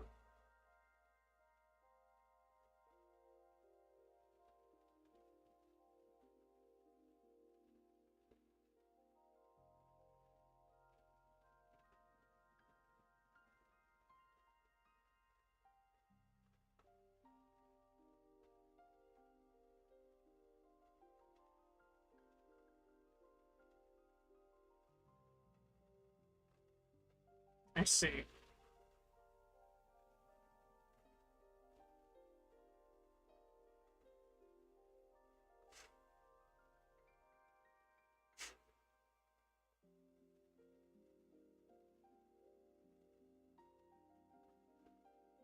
I see. Okay. Okay. Keep an eye on that document. Keep an eye on it. Because when I'm done, I will be needing NPCs. I like the way you have it set up.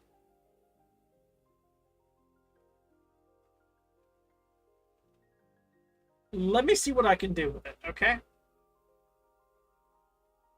I have an idea, and this is actually perfect, like, not timing, but this is perfect in the sense of what I'm doing as a backboard to bounce off of, because now instead of there being a town with no merchants, I can throw Joe in the mix and have a traveling merchant of a sort. And from there, I can weave a story around it, and it works. Creativity at its finest. If you're enjoying stream so far, drop a like, leave a follow if you're new on the comeback. Comment below. This will be a VOD on Orb Plus. You can type literally Orb Plus into the YouTube search bar, and you'll find me with this symbol right here. This symbol is me. I have 4 of these across YouTube as well as Twitch. Be sure to check each one of them out. Links to those can be found down below. If you're on Twitch, it'll be listed as icons, less links. In the description of both YouTube on Orbs Vault and Twitch, there is a link to the Discord. So if you're interested in submitting your ideas for D&D, you can do that on there as well as chat with some other people you might not know and some new people that have the same interests you do.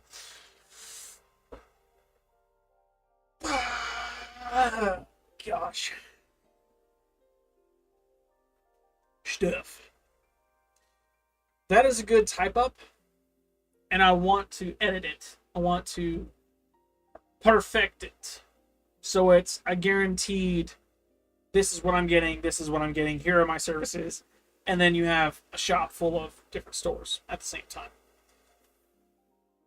I will also allow and ask you, Joe, please, clarify a couple things. Be that head boy. I get it. I'm not making merch at the moment. This is legit something me and my brothers came up with. Wanted to get our symbol on a hat, and we got it done. If y'all want merch, let me know. There's only one of you like talking in chat at the moment, and for those of you who watch this video and are interested in anything related to my channel, I would gladly create merch. But it takes money to earn money, and I'm currently not drawing stuff. Merch is, at the moment, out of the question until I can start paying for it to sell, right? So, I'm sorry. I don't mean to disappoint. I would love to do merch. Merch sounds great. I would do these hats all day long. different colors, different styles, everything. This hat, unfortunately, though, is mine. I can't give away something special. This is a special hat. This is my hat. So, uh, later, Joe. Later. I want you to fix up some stuff on that too, on that document. I want you to get it as close to perfect as you can, right? You said you want me to choose on different pricings and stuff. Leave that bit out. Like, completely delete that section. I will make the prices for you. You come up with the items and the inventory that guy has per the location he's in. There's like 6 biomes in the purple book I'm looking at, so I will come out of your walls. Good luck, they made it titanium. It's crazy. That works. Cool. This works. This is gonna be a long one.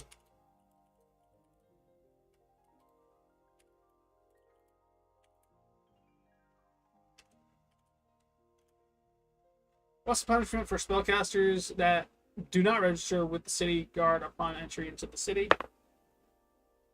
The answer to that is law number 19. The guilty will be affected by a spell that makes anything they consume taste like burning hair for potentially up to 2 years. You'll fix it. Yeah. Get it as good as you can. And when I come back to that document, it'll probably be on stream.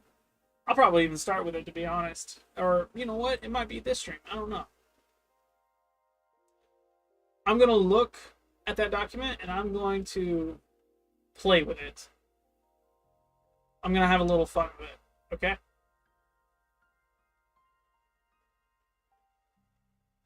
It's going to be interesting by the time we're done. That NPC is going to be the most interesting NPC throughout the game. And it'll be the one NPC I rely on to really bridge gaps in population and shops. Guilty will be affected by a spell that makes anything they consume taste like burnt hair for. I have to roll 4d6 on that. 2, 8, 9, 15 months. So 12's a year. So a year and 3 months.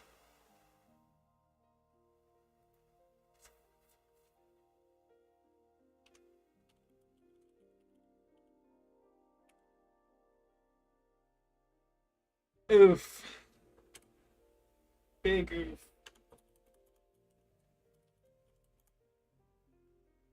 That's so bad. 17 on the laws. Oh. Oh. Joe, this is a punishment you're gonna like.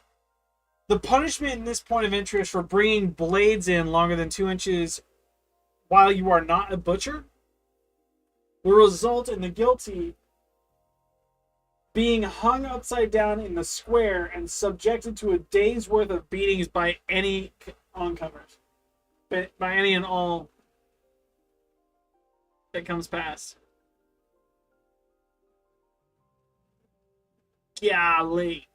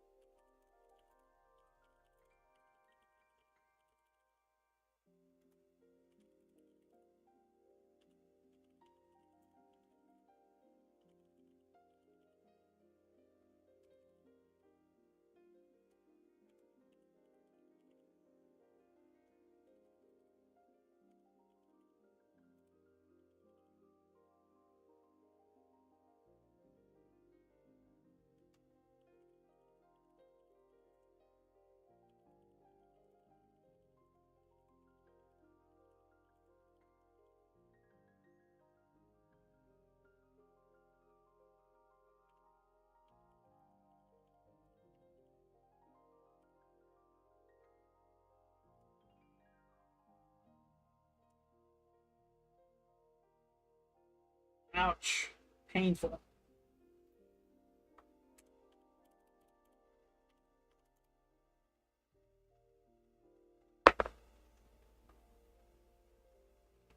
$16.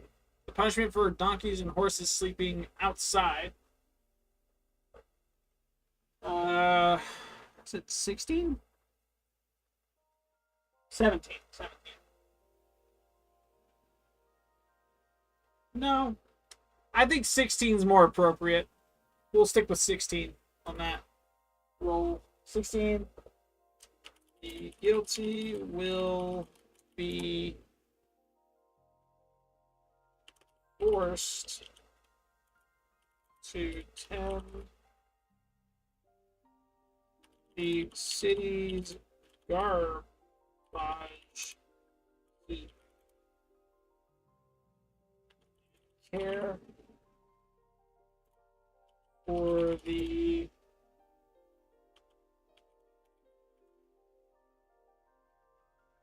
cantankerous,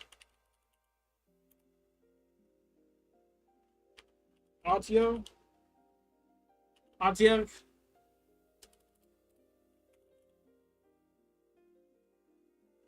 that resides therefore no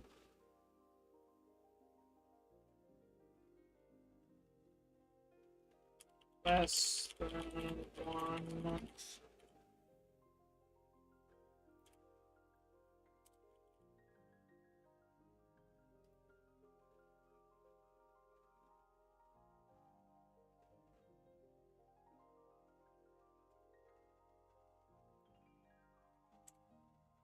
Interesting.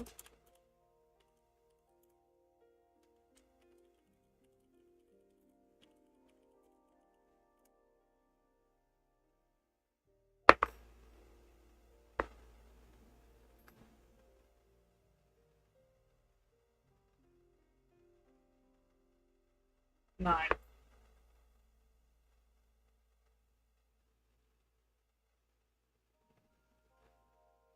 Made to only wear orange.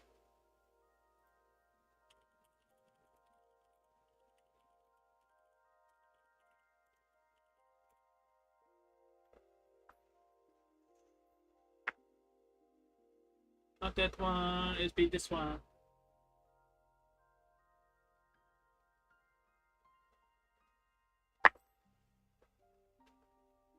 Four years on that one.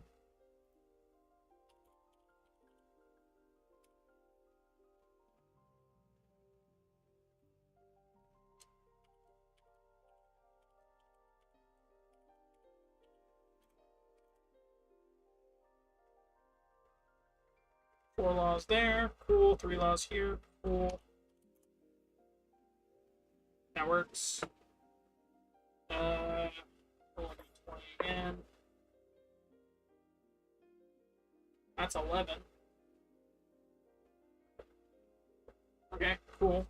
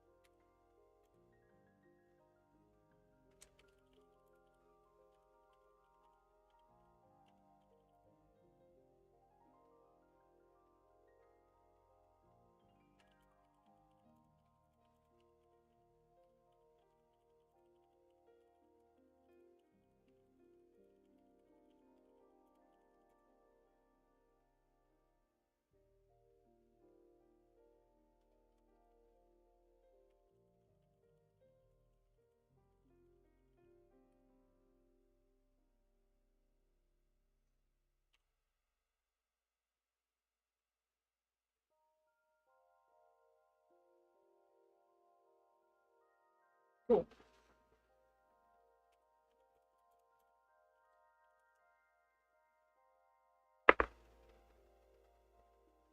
Six. That has got to be the most disgusting one. One of the more disgusting ones, in my opinion. Ew. Very, very disgusting.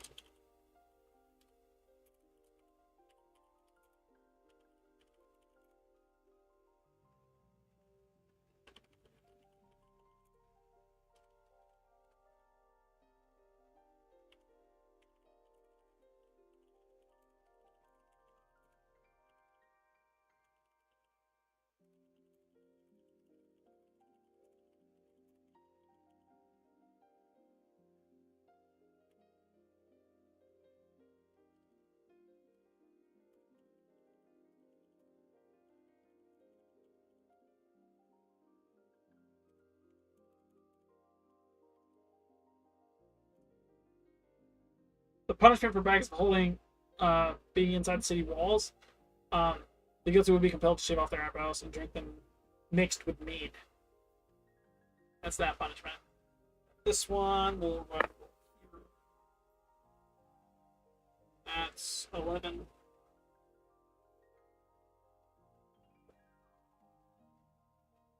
I think we got this same way. 8. Something new. Oh, it's not.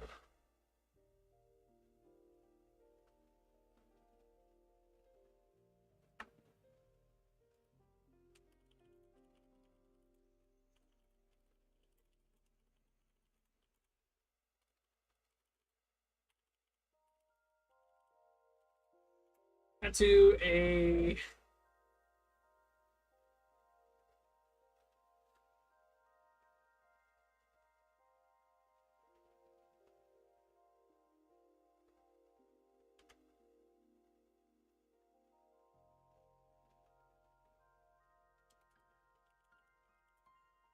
their symbol, their magic school, their local artists to critique.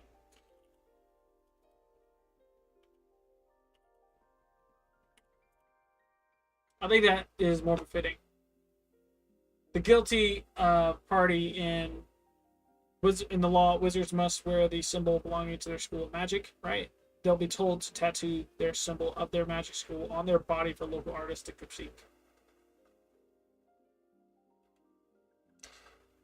3 laws there. We have 4 laws here. Hey, we're at point of interest number 10.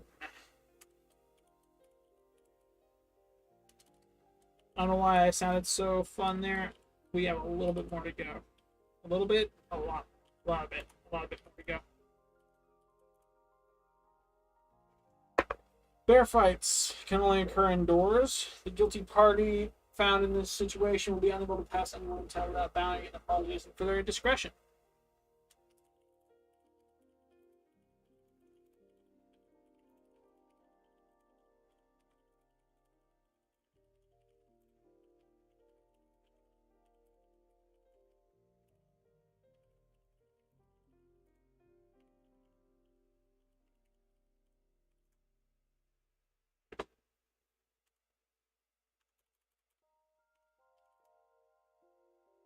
Cool.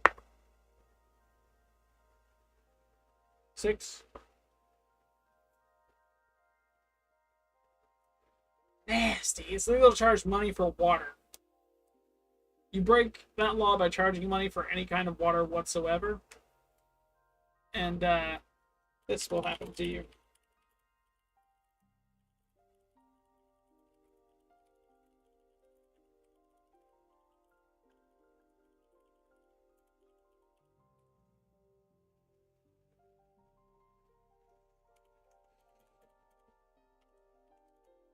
That is disgusting.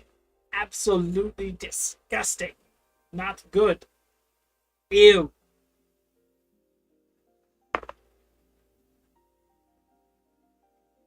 $15.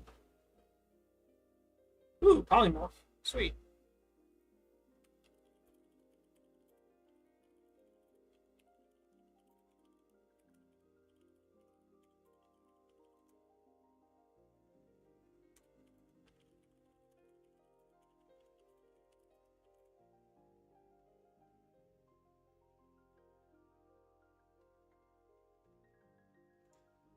What should their head be turned into?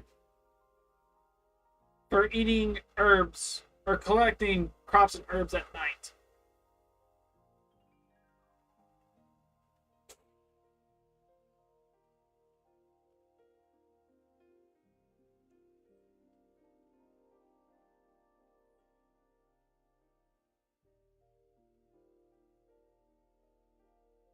The original writing is a goat's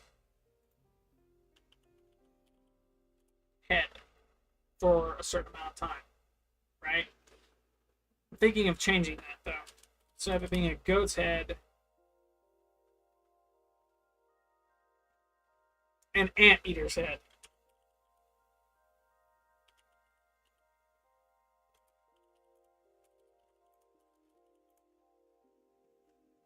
Is it 1d4? 2d4.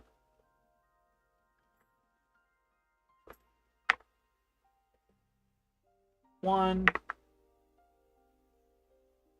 two, so 3.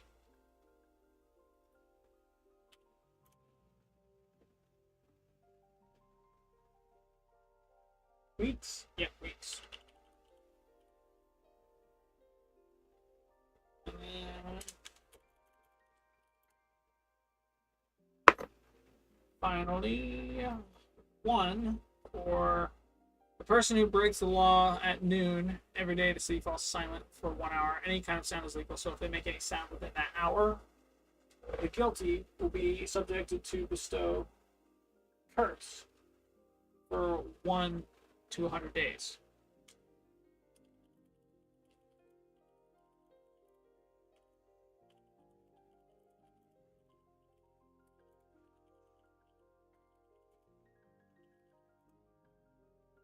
Get to roll the big boy again.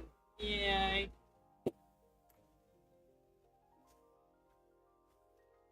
$58 days.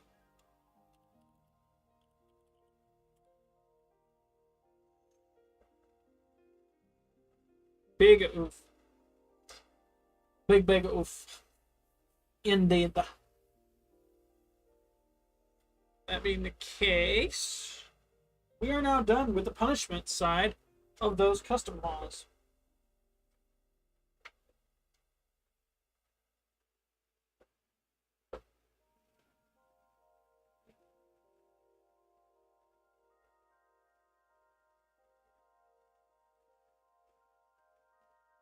Cool. Now we get back into the religious side of things with local myths and legends, as well as the temples of gods that they might have worshipped in the past, whether or not they're chaotic, good, neutral, evil. Yeah.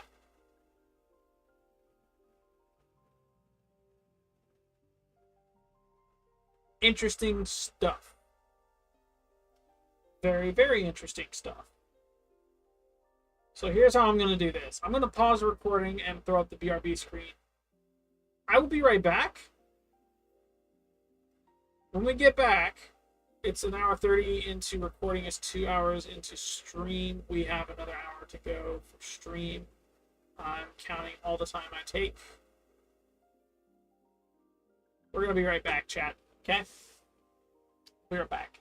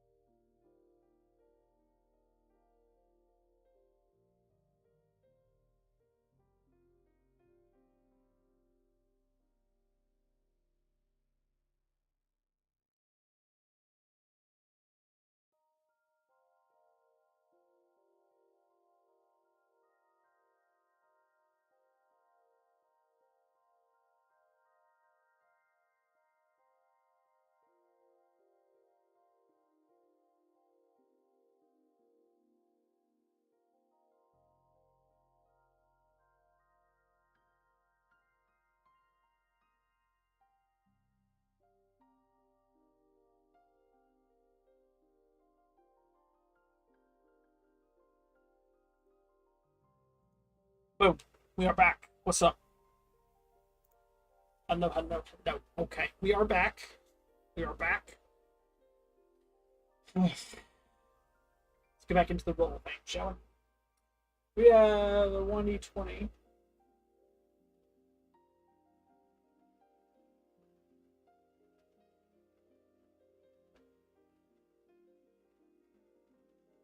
I think I want to change this. So the book says to roll a 1d20 to include whether or not I want to put a local legend, myth, or whatever into this point of interest, right? So here's what I'm going to do. I'm going to change that for the uniqueness of it. I'm going to flip a coin if it's a yes or no, right? Heads is yes, tails is no. Keep it simple. Either heads, I get a local legend or myth, right? And that will be put onto the point of interest, or it'll be a no, at which point the point of interest will not have a local legend or myth. Everything is not mystical, it's not myth worthy, it's not there was no legend. It's been a city in its position for as long as they can remember. They've only just recently formed, or if they've been around for a while, they've got some backstory to it. So we'll see. We'll see. See what happens. Right now, we are local legend.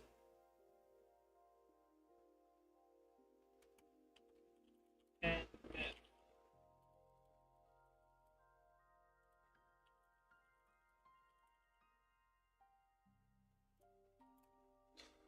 That'll be abbreviated to LLM, just so we're on the same page. I don't think we have that acronym yet. We don't, so that works. We get a coin. Not that coin. We'll use, yeah. We got Scorebunny coin from Pokemon. We'll just use that. So we've got local legends myth. Do we want one? Yes or no? It landed on tails. That is a no. N/A. Cool.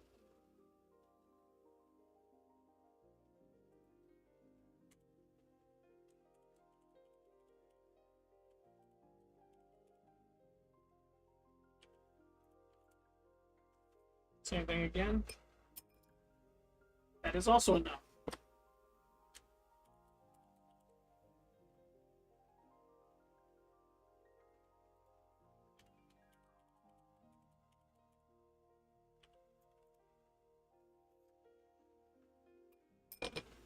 That is a yes. It does. Because it has a yes, there is a local myth or legend. Now we have to identify the specific one. That says 6. And a concealed grotto is a beautiful fountain where it is said the spirit of an ancient silver dragon visits from time to time to grant wishes. Done. Can I see it? Let me see. Let me see if I can see it right quick. Yes. Yes, I can see it. Reread the whole thing.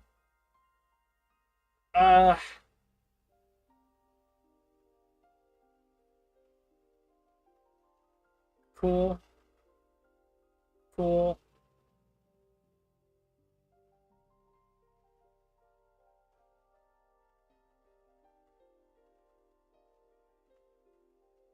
Cool.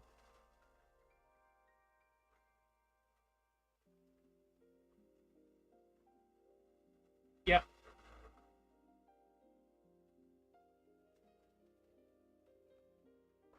Cool.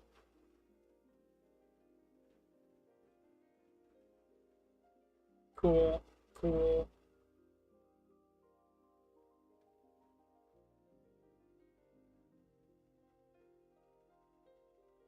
So there are specific rules with the right a creature horn, right?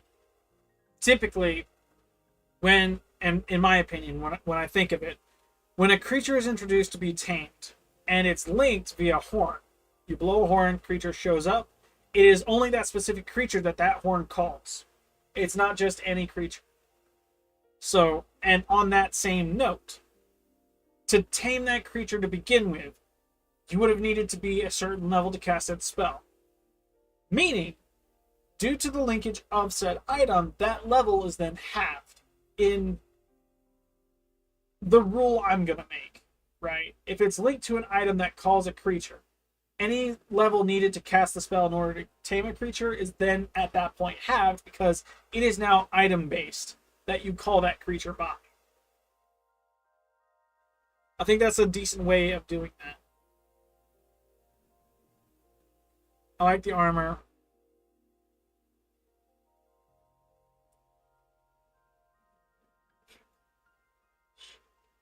Cool. Cool.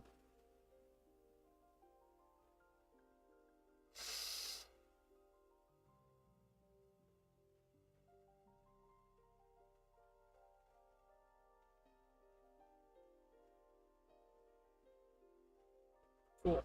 Okay. I'm gonna manipulate that a little.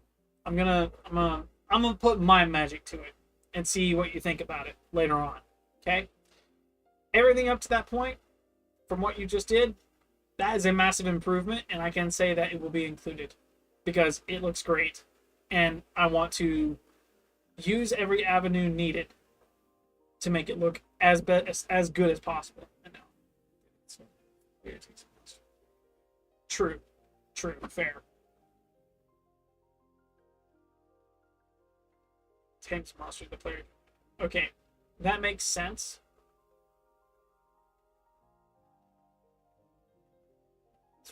Okay, cool. Just so we're on the same page when it comes to that, and the fact that level base is a thing.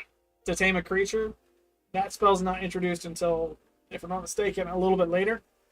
If it's not, it'll be introduced early on, but there's a specific tier of that same version spell that you would need in order to cast onto a creature such as a dragon, or a wyvern, or a leviathan, or something massive, right? You would need to be a level to tame that creature in the first place. And if the horn's meant to be linked via player to animal, they would not only need to be the level in order to tame the creature, but they would also need to be the level in order to wield said horn and link to the animal. So that way it's half the cost to summon animal. I'm thinking mechanically via the game, right? The one creature works. I'm glad, like, that's solid. I understand that part. It's the level and the mechanics of it that I was referring to as well as that one creature thing. We rolled something. An 8.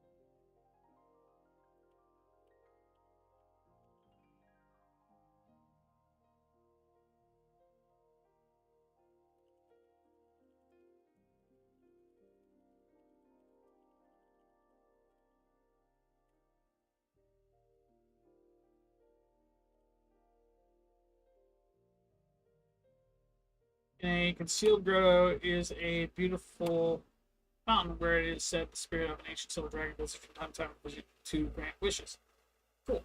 Oh, hello. What if you can get a dragon egg, hatch it, tame it, have it as a baby, then once it grows, you'll have to level up to get the chance to tame it further so you can ride it. So, if it's from a dragon egg that the player has that it hatches, right? At that point, from baby to I don't know, salamander, I guess, the lizard. It's being small. I'm thinking Game of Thrones logic now.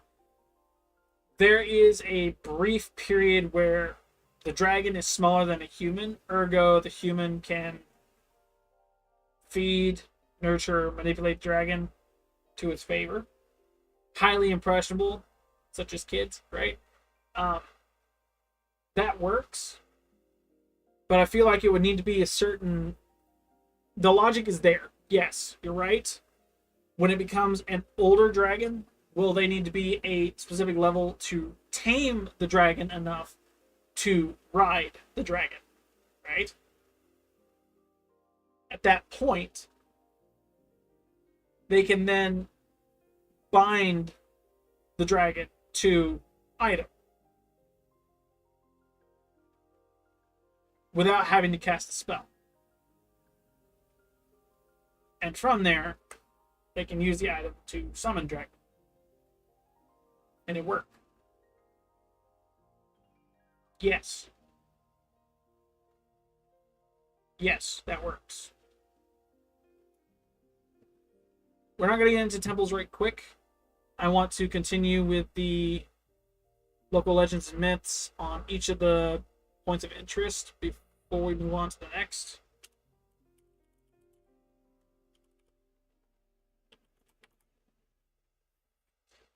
Yes or no coin? That is a yes. We got heads on that. That being said, we roll a d20. Cool.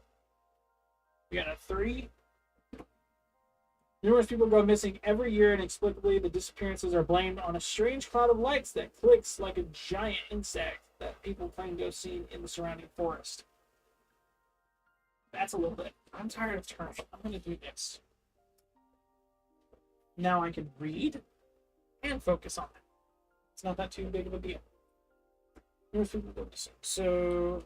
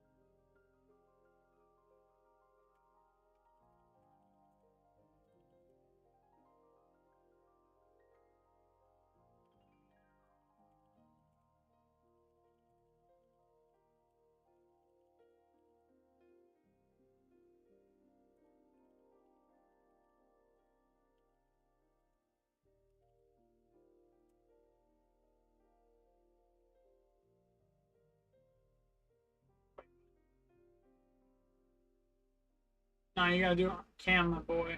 Use capping. Just kidding. Huh?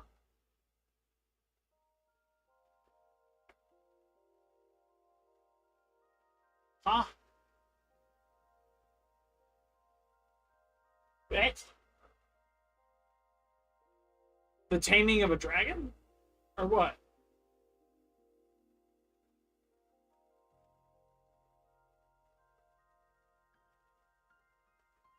What you talking about, fam?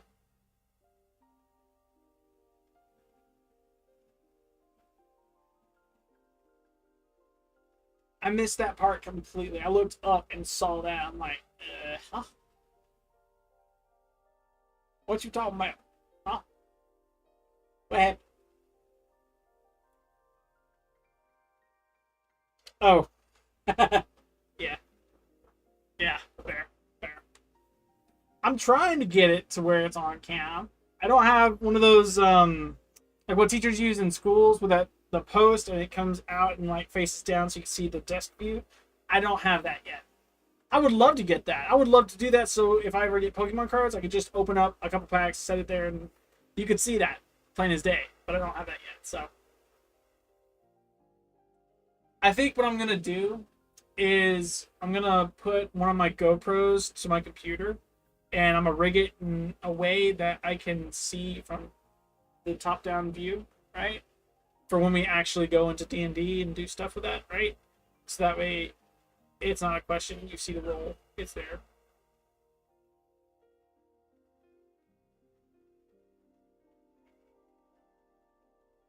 Baby crying, poor baby. But yeah, I want to do that. I just need to figure out how to rig that up. The cameras aren't too heavy. It's the you like Pokemon too? Yeah, yeah. That wasn't a joke. I use this to put bookmarks, dude. I do Pokemon. I do a lot of Pokemon. This was a terrible pull day, but I like Pokemon. Pokemon are nice. I've got so not over here, but directly behind me, that little shelf right there, that metal shelf right there, has two big boxes about that big and this like yay thick, right? Full of Yu-Gi-Oh cards and Pokemon cards, and I have one book full. No, I have two books full of the rare pulls of Pokemon. One giant book for the pulls on Yu-Gi-Oh, and then another book separate for Magic the Gathering. It's fun. I enjoy it. We got into Pokemon a little while ago, but we kept getting scammed. We were sold Pokemon packs for $1 a piece. They were reopens, and someone put fake cards in. It's fun. Who cares what they say? You like Pokemon? Stick with Pokemon. People have made money on Pokemon. Not to mention, the little creatures on the card are kind of cute. If you don't agree, you're crazy. Something's wrong with you. Am I crazy for thinking they're cute? Sure, but at the same time, at least I have a hobby from it. And people actually look for those kinds of creatures on cards, which, okay. And some of them are really freaking cool. Like, really, really cool. Some of the artists put effort into those cards, and they are works of art. So, follow your passions. I've been made fun of my whole life for this kind of thing. I don't care.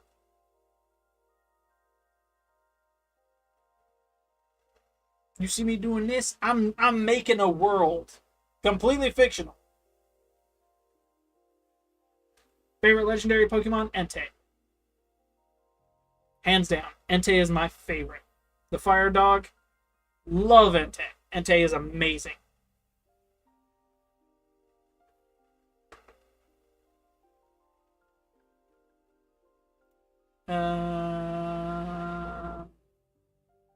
I was in the middle of typing. Hang on.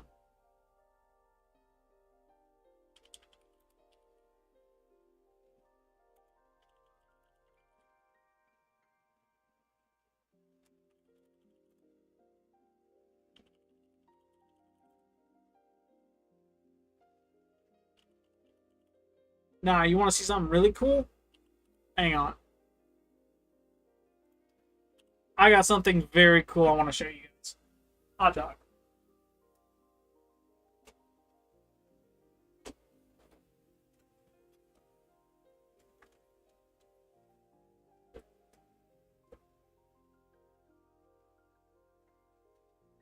So, Pokemon, their company, Niantic, I think it's Niantic or Hasbro, not entirely sure. They released a new thing called Prismatic Evolutions. It's where Eevee is the star of the cards, right? Before that, you had Stellar Crown. Stellar Crown had Terapagos in it. Everyone was looking for Terapagos. This was one day worth of pulls, and one of these was a Christmas present for me. You see how beautiful each one of those cards are? I have not had these graded yet. These are 3 of the exact same Pokemon with 2 different art styles. These 2 at one point were worth 100. This one's worth, I think, 60 or something, right? Well, fast forward a little while, And the very first pack of, or not first pack, but the first box of Prismatic Evolutions, I pulled this one. It's a Glaceon EX. I get that doesn't really, it's not a worth full card. It's not full art. My favorite card. That one right there. I think this one is worth close to $400 now. That is a full art Flareon EX. And I pulled that off the very first box of Prismatic Evolutions I ever got. I don't have it graded. It looks a little sideboarded, messed up. It's a little tilted. I don't care. This is my favorite card by far. This will never get sold. Unless, like, I am down in the dumps and in need of help. And Flareon is my last bet. Is Yveltal? Fair. I liked Yveltal. I hated the fact that we got scammed out of some Pokemon cards a little while ago. Because when we first got into really opening these with our family, we had an issue. The delay is so bad. Those cards are insane. Yeah. Sorry about the delay. I am sorry. The cards are insane. I love them. I'm gonna pick my favorite cards on this. Fair. Go ahead. But when we got to opening packs with Pokemon cards in real life with my family, we got scammed out of a large amount of Pokemon cards. They were all fakes. None of them were real. They weren't worth anything. And because of it, we wasted a lot of money on that store. Badly. We wasted a lot. We pulled like 17 different Yveltals, 17 different, what's the whale? I forget the whale. Not Whalmer, not whale, not the big whale, but the legendary whale. The one that's directly against Yveltal, I think.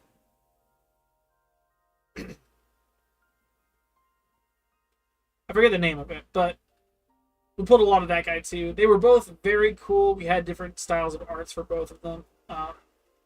The end result was it got us hooked, from the fake to the real, and then yeah, I managed to pull all of that. That's about $700, $800 worth of Pokemon cards right there, and I'm just waiting for the price to continue higher.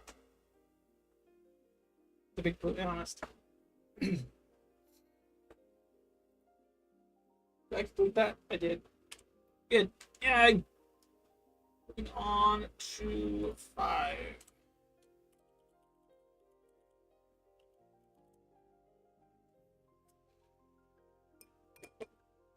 That is a yes.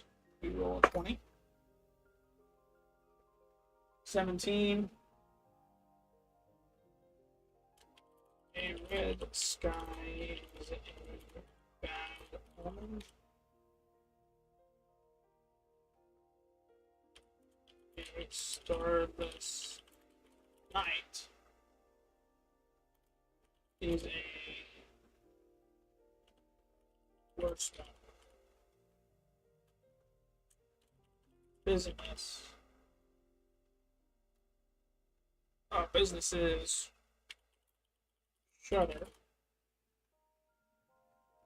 their doors for weeks following either.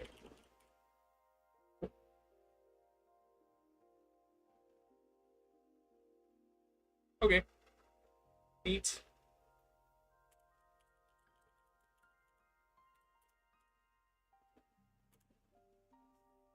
Sent them. Sweet. I will look at those in a jiffy. I'm seeing heads. That is also a yes. Let's go ahead and do this right here. We have 17 again. I don't like double rolls. Double rolls are big old men. Not snake eyes, but double rolls in general. Let's see, 9. Woo. Let me see these pictures. Ooh, hello. I see that Charizard EX up there.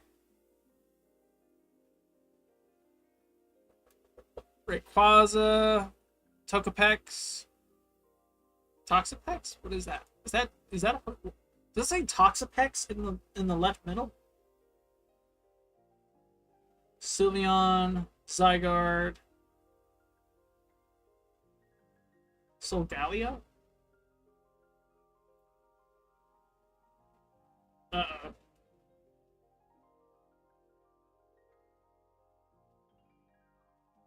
Camerupt. Cool. Chestnut, Tyranitar.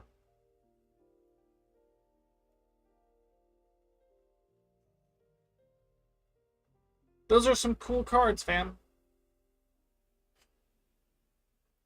There are some cool cards. Um, I'd highly recommend looking into uh, how to find fake Pokemon cards, like counterfeit Pokemon cards, kind of like counterfeit money, real life counterfeit, like US dollar type stuff, right? But for Pokemon cards. Okay. I want you to find the best method you can that you can use to identify whether or not they're real or fake.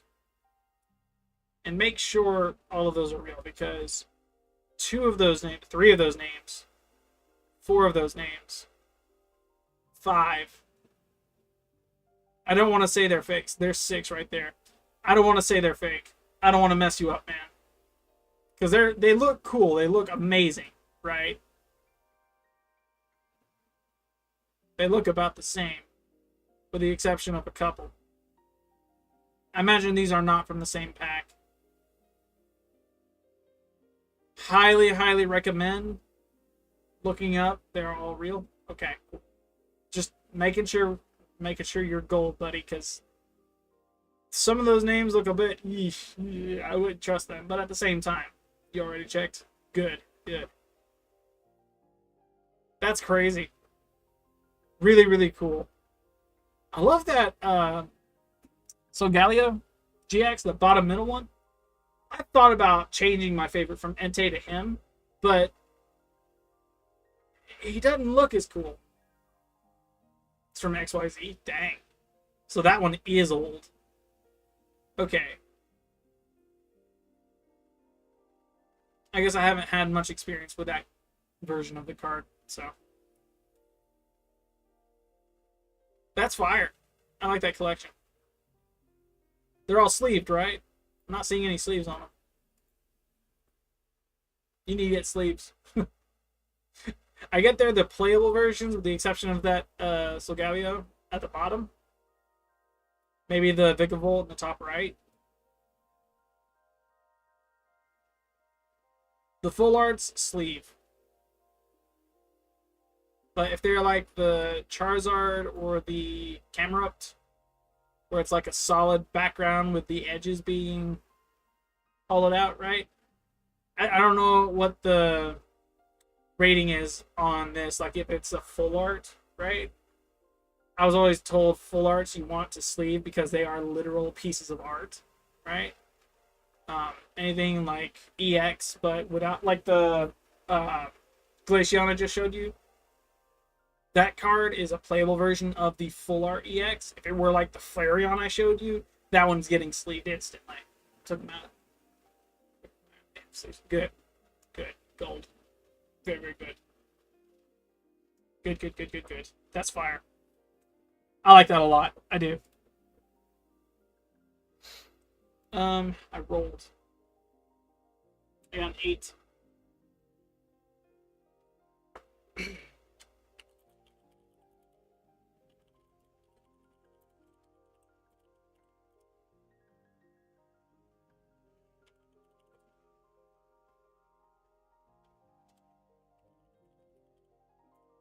Aid city or town.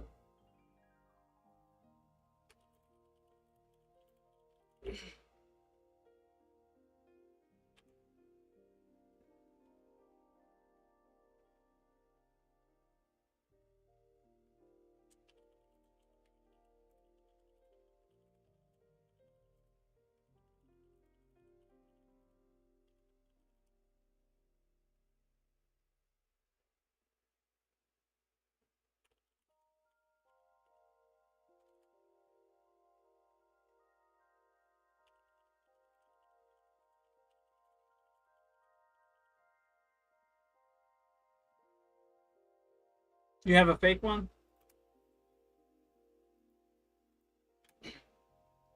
Shoot, send it. I'll see it.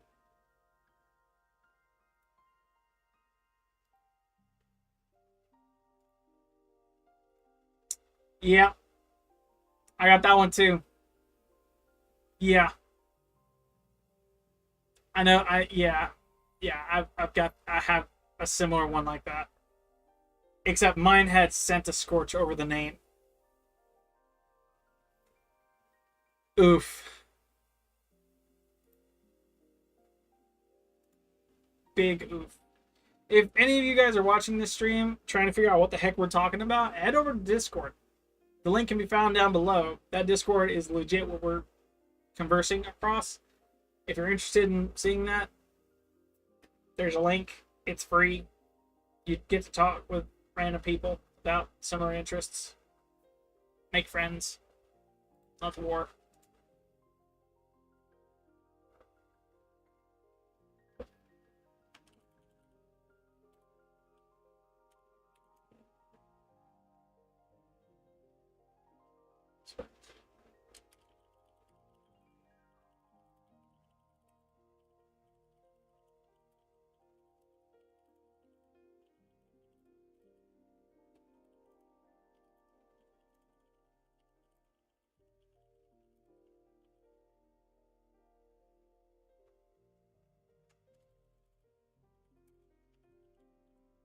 Yeah, here's that one.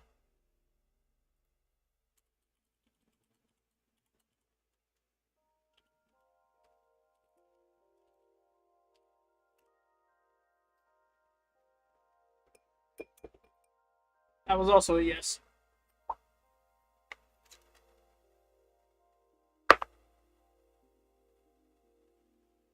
That's a 9.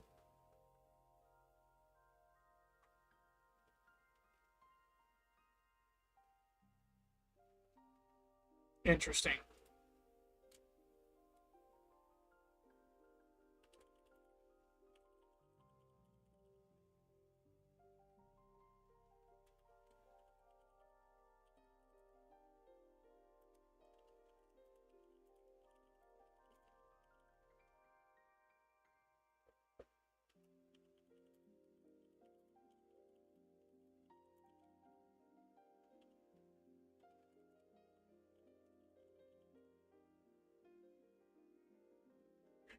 He needs friends. Join the link. The link is free. Give this man a friend. To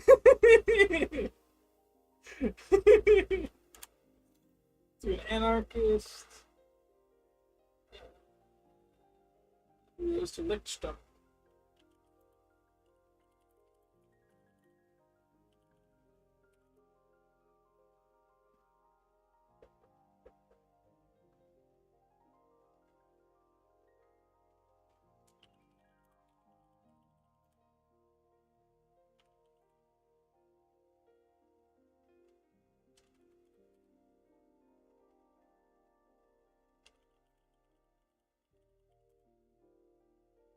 You're fine. It's okay.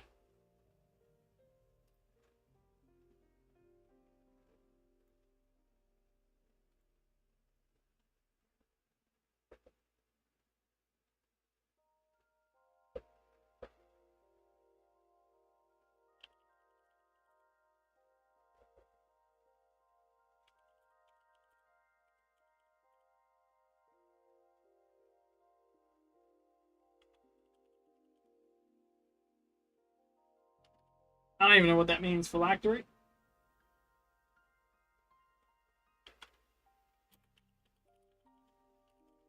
Oh.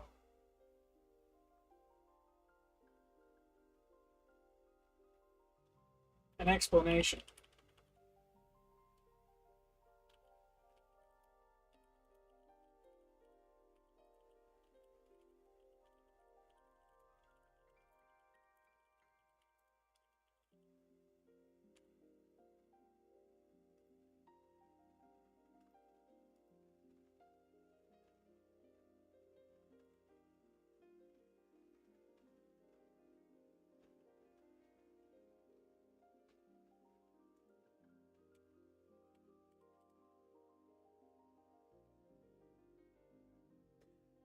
Dude, what? I typed explanation twice. I made a boo-boo.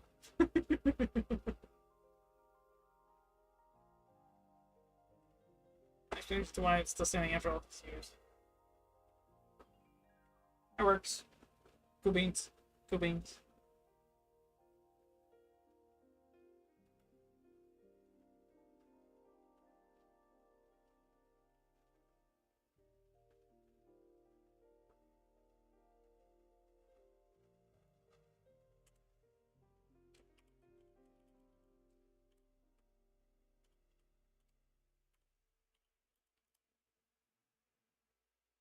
Cool. That works. Good.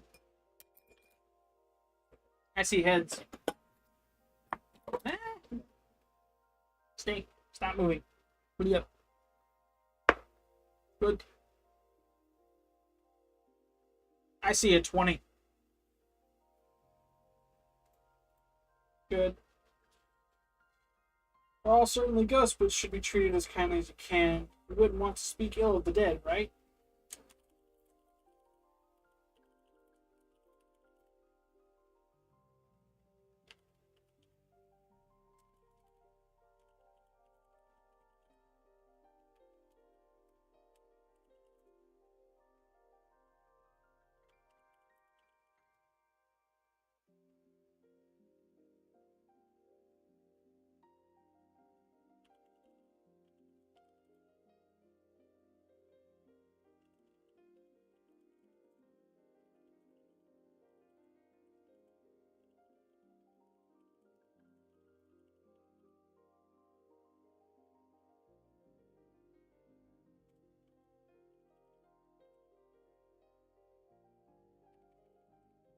What's dude? What happened? Huh? It's 4:54. We've been streaming for 2 hours, almost 3. I am aware that we started streaming 30 minutes after I started, or sorry, I started recording 30 minutes after I started streaming. So what I'm going to do is tack on 30 minutes for the recording's sake, right? If you enjoyed stream, be sure to give it a like, thumbs up, share, subscribe, comment, right? Be sure to check out the links down below. Discord is listed down there as well. Discord is where we discuss a lot of stuff, right? There are plenty of channels for different topics all the way around. I am looking to get into actually hosting an audience there, taking suggestions, and then from that, creating new categories and threads that I think would benefit the server. That being said, there's not much else really. 3 hours flew by, and I only did 2 things to this. So I got a little bit more to do. I'm not gonna stop just yet because we still have 2 more bits and legends to jot down.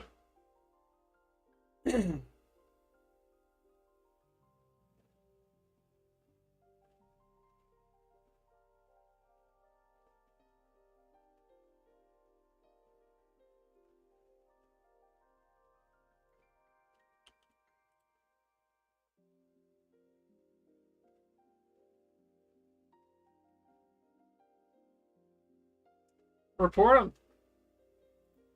Toxic behavior. I don't. Ghosts.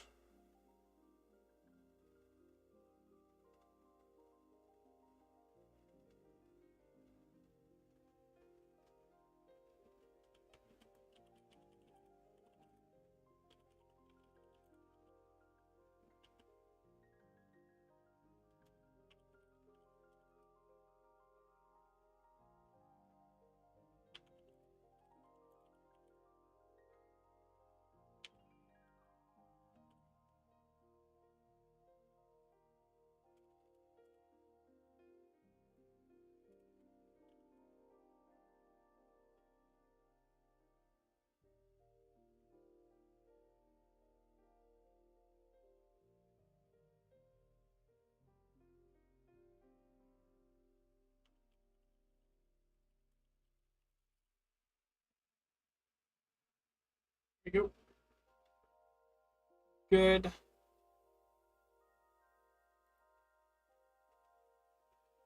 Sent me a pic? Okay, let me see.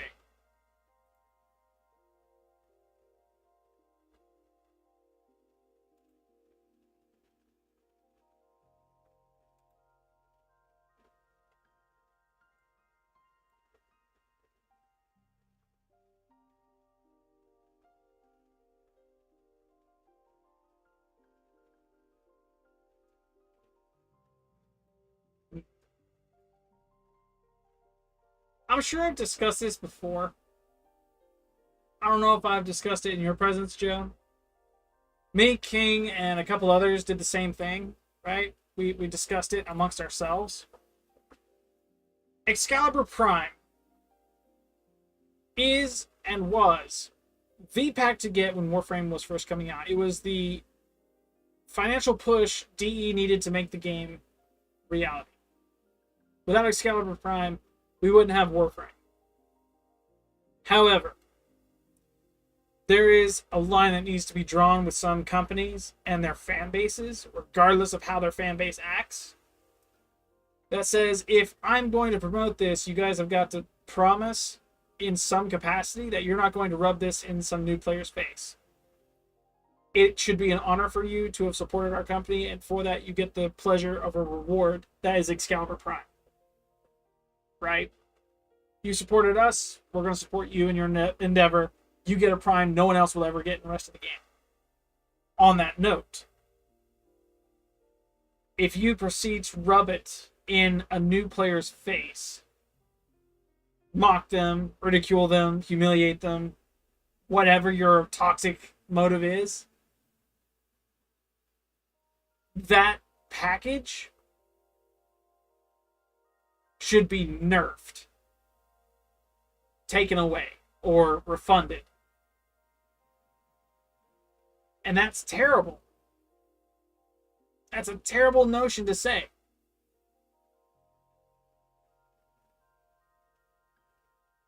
They should not have done that. That's unprofessional. It's not nice. I don't care that I'm a noob compared to that fool. I was having fun before they showed me the picture. I'm going to have fun after they showed me the picture. Is it rage bait? Probably.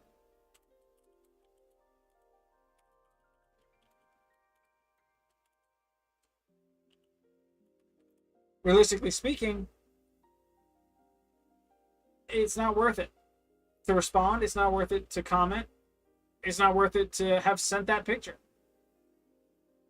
It shows the mentality of the person who bought Excalibur Prime over someone who's just having fun with the game. Not fun. Not good. Not worth it.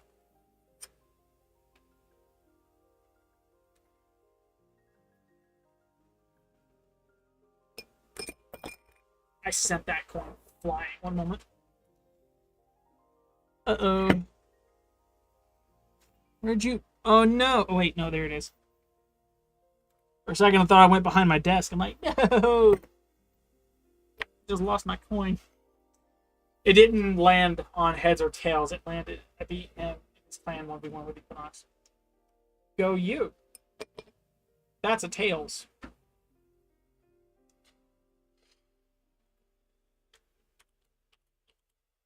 Cool. He deserved the smackdown. Go Joe.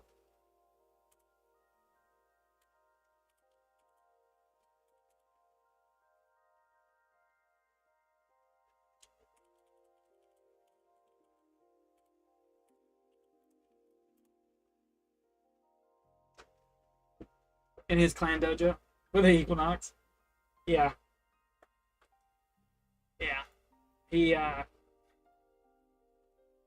I don't know, he either cheated and needed to tell someone, or he actually has that and is being very toxic. Either way, not a person worth entertaining. That's heads. It's a 12. Wish for a child under a full moon. The spirit of the woods may grant you one, but you must raise it according to the old customs. Interesting.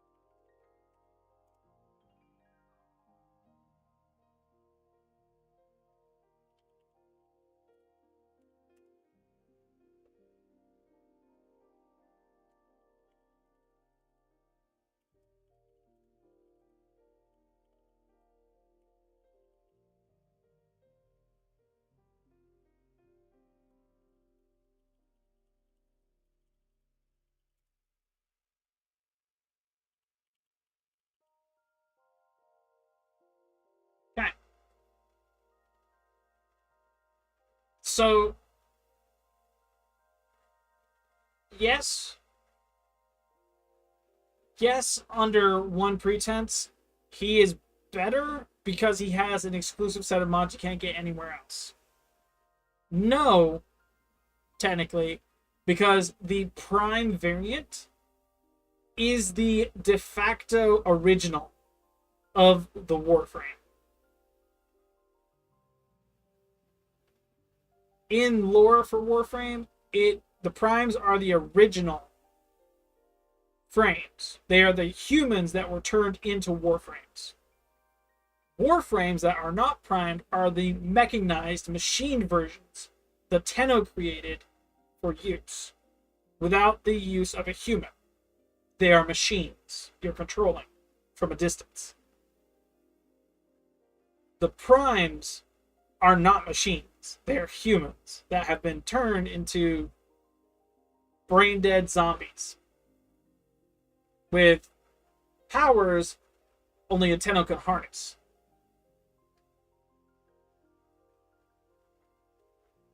Umbra is like Excalibur Prime, but he is not the original. He is a unique Warframe in the sense that, unlike Excalibur Prime, he was made using an umbral bolt. It goes into detail on his little shtick in the Codex. By default, Excalibur Prime and Umbra are two different frames. Umbra is weaker than Prime simply because Prime is the top tier, and Umbra is not. Though they are unique and both stronger than base Excalibur. The power level is dependent on build, and unlike Umbra, Excalibur does not have the umbral polarities. The Prime variant doesn't. And so there is a influx on which one's better solely because Umbra and his mods are already there. That's currently that gist.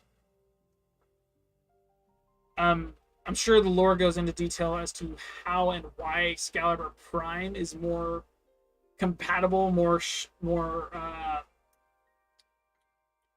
better than Umbra is, but at the same time, it's again dependent on the build you have on the frame, because technically you can erase the umbral polarities off of Excalibur Umbra, making him technically Excalibur Prime if you did universal format on the entirety of his build. But because Excalibur Prime's base stats without the umbral mods on Umbra are higher, he is by default the better frame. That's just the way that is. And any buff or nerf applied to base Excalibur is applied to both Umbra and Prime. So, again, it's a differential between the two that you have to look out for. So we have our local legends and myths jotted down. Next up to look at is temples.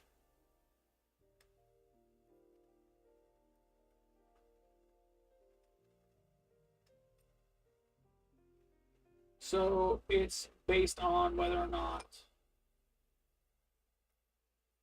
it is a place of powerful gods and religions or cults that worship those gods or not. Okay. Focal points psyche. Cool. Temples or churches associated with your locality. Roll a 1d12. From there, select the alignment and domain associated with each temple. Roll 1d6 on temple alignment table, then roll 1d8 to determine the domains table.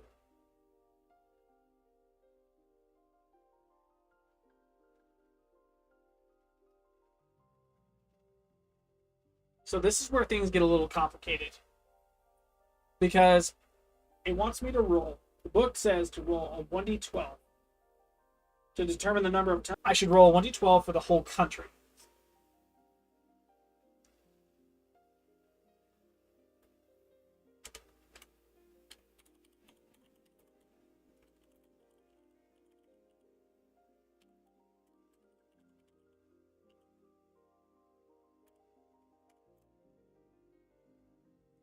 2012. So I need to find.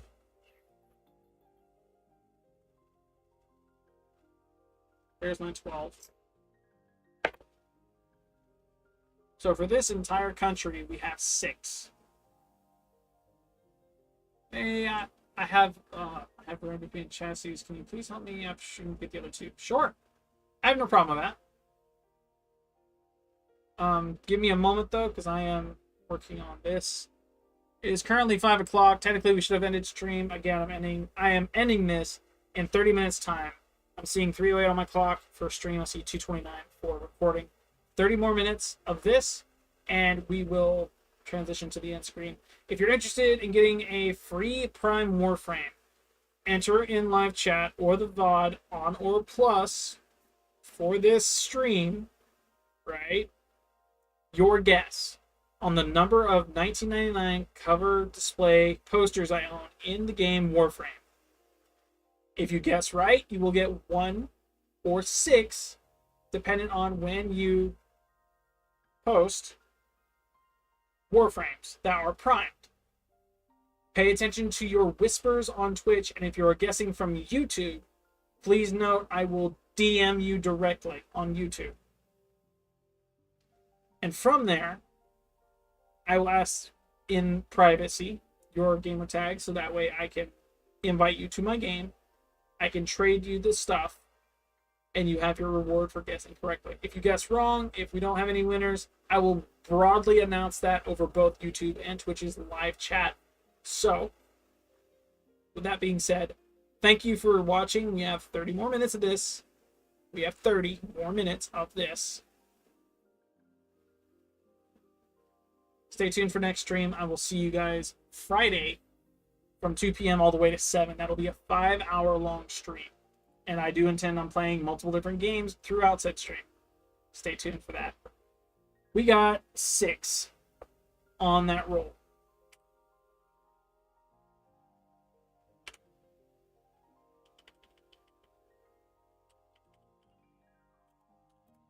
Six churches and temples within this region. Cool. Next up, we need to roll a 1d6 on the temple alignment table. Okay.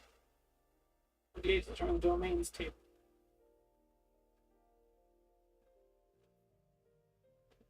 Here's where things get a little interesting. On page 10.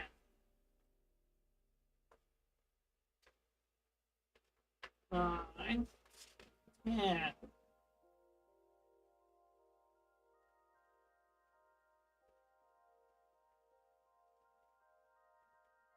So,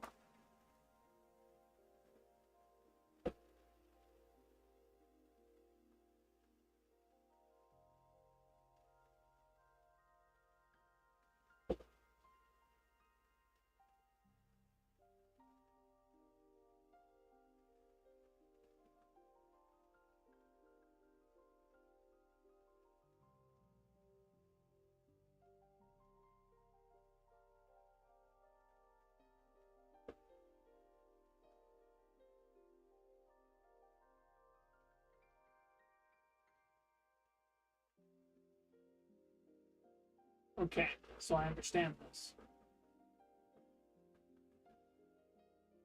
So I need to look at the overarching thing now. This right here.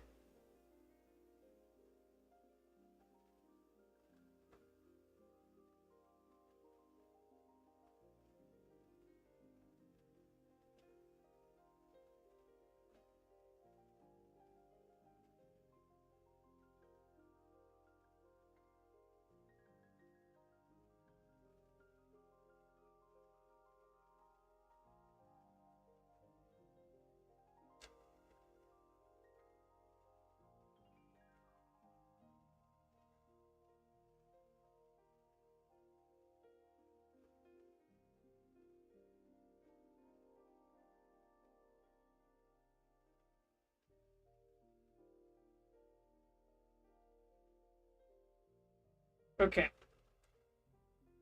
Huh.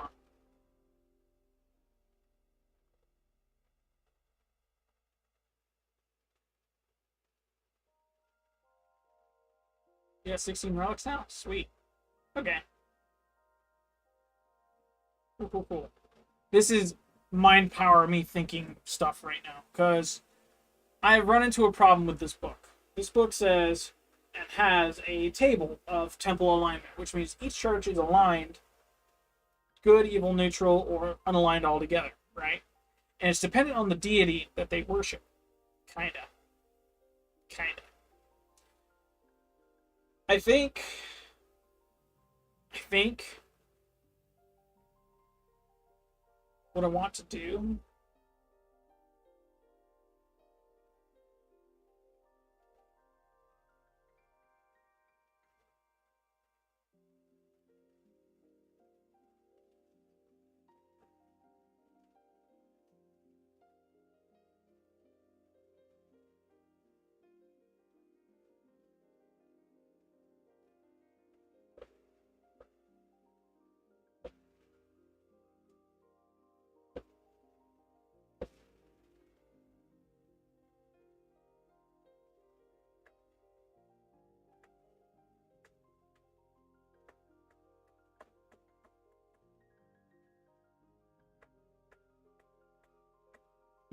So, my thought process is because we already have the alignment of the gods, the two deities in this world, right?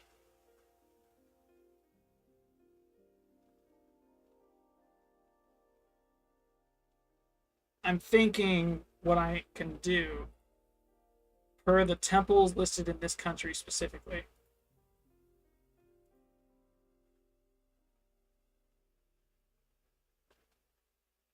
There are 6 of them total, spread out amongst 10 points of interest within a single country.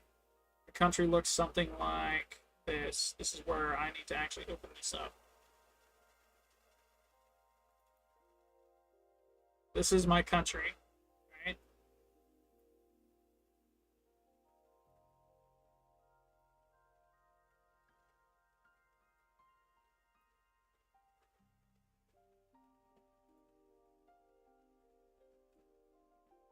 Cool. This right here is my country. These are neighboring countries. I think what I want to do is find a new symbol that I can then place onto the thing.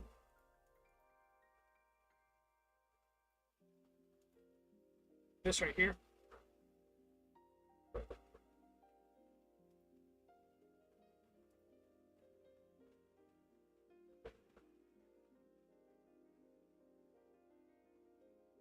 I think this right here actually works.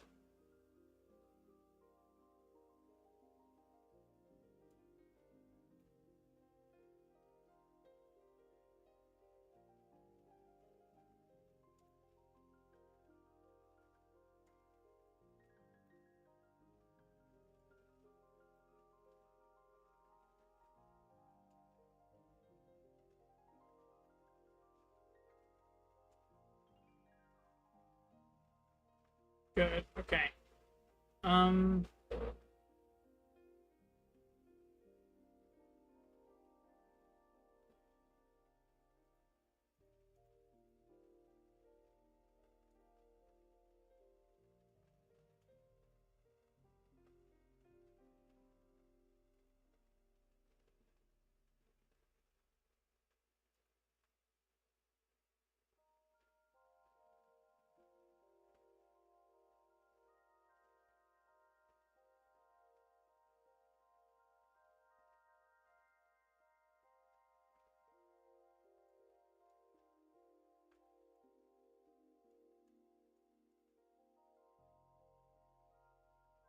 We're gonna first off save this, so we're gold. This is saved. This is saved. Good. That's out the way. This right here is gonna get renamed.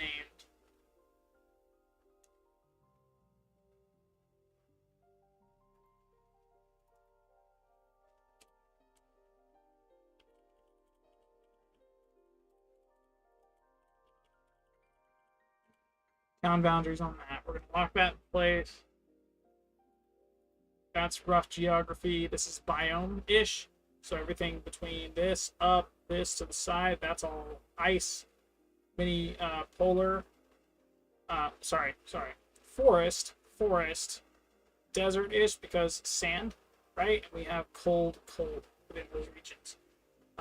Everything on the outside is mild temperature-ish until you get to roughly down here, and then it starts getting warmer. Just because this further south you go, the warmer it gets. I want to do a new layer. This here, sure. This is going to be churches / temples. Sweet. Gold. We're going to lock this in place. We're going to lock...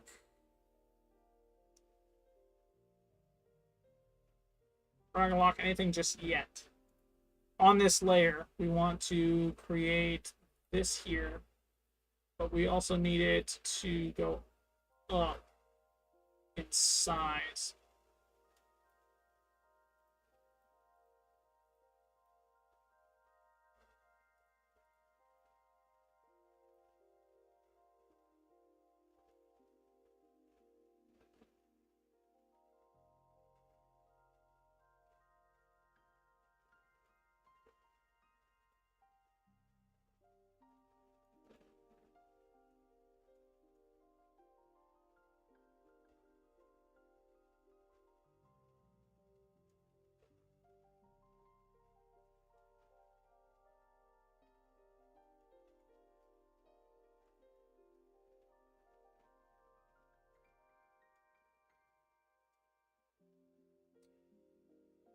A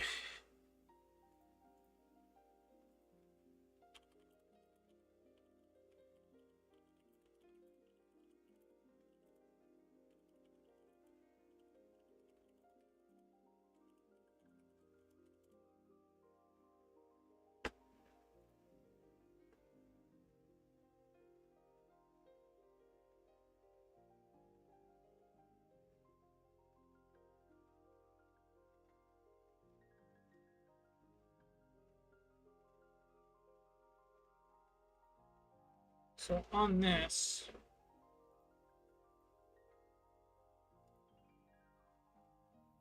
oh, right here. What am I doing? That's too big. I think 15 will work. We have 6 churches within this area. Churches and temples typically reside sometimes in cities and outside of cities. We have 6 total with 10 major points of interest within this country. I think what I want to do is have half of them in the cities spread out, and then half of them outside of cities spread out. And then from there, we roll. We don't roll for alignments. No.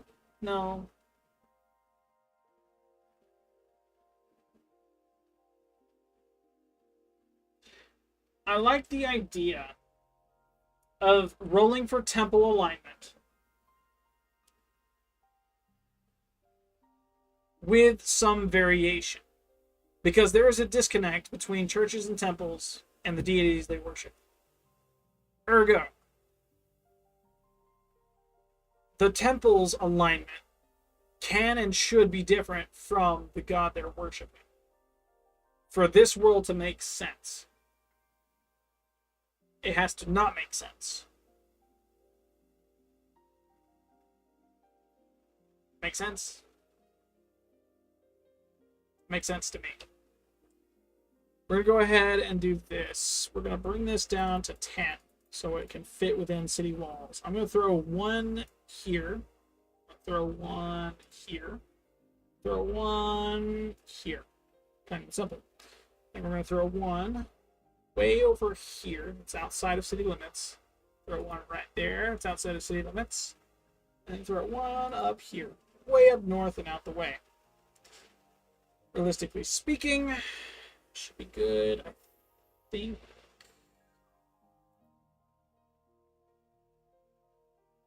think it's good.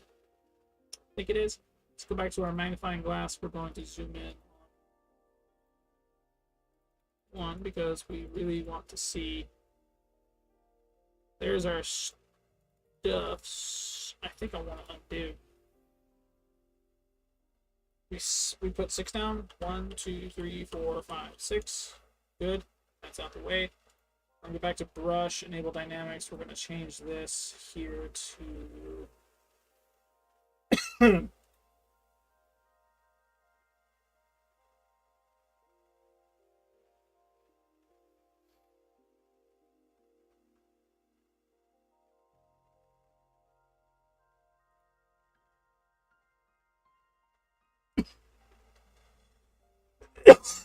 gosh. Not out, in.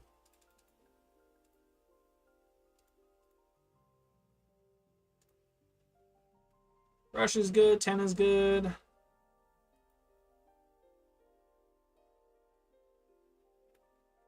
It's still purple. Why is it purple? Oh, that's why.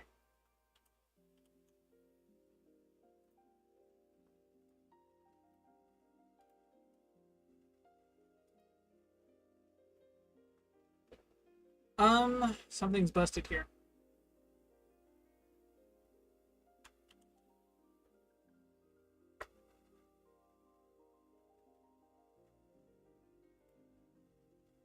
El smoker. I don't smoke. I don't like smoking at all. I don't smoke at all, fam.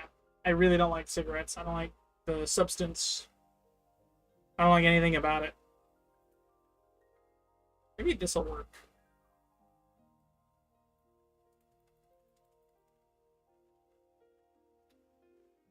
Let's do this. Let's see what 15 looks like that. That works. That works indeed. Okay. Put one there, put one there. Put one there. I like the idea of there one being up high, one down low. We have the down low one. Put one there. Good. Bring one all the way over here. Yeah, smoking's very bad. Don't do smoking.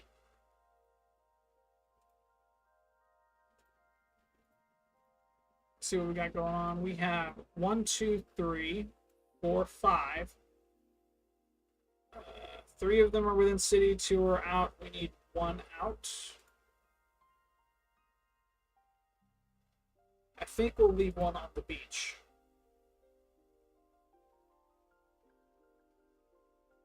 I think that looks good. Make that one more prominent, so that way it's at least there. I'm going to lock everything about that layer, with the exception of movement, so we can actually identify what's happening. We're going to lock. I'm not going to do anything about that. Okay. This is cool. This is cool. We have our churches set up.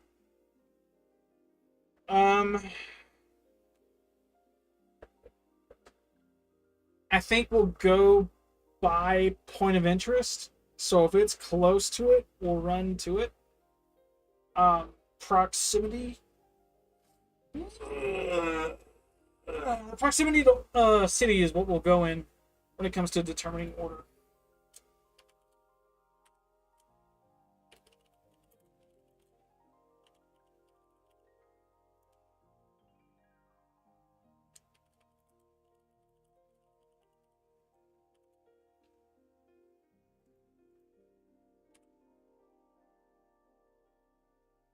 Good, good. This is still country 1. We're looking for this, but this one here. This one does not have a temple.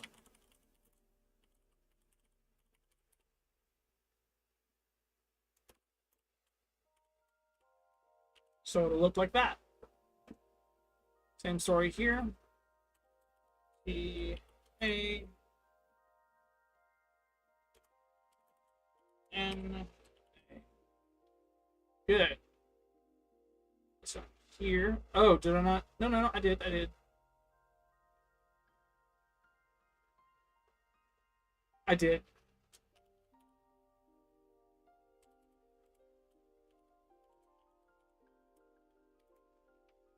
So this is where it gets a little interesting. Just a smidge.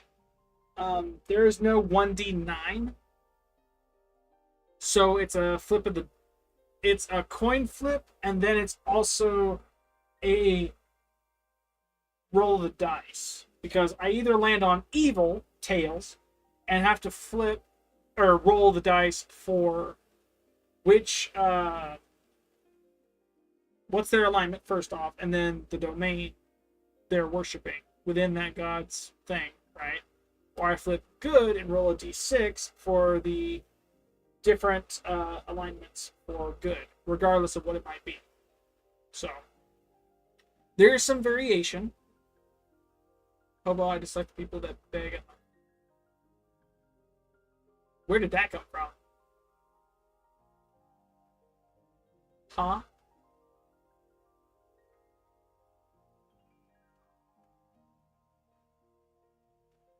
I have no words. No. Don't dislike hobos. You don't know what they're going through, fam. How can you dislike them?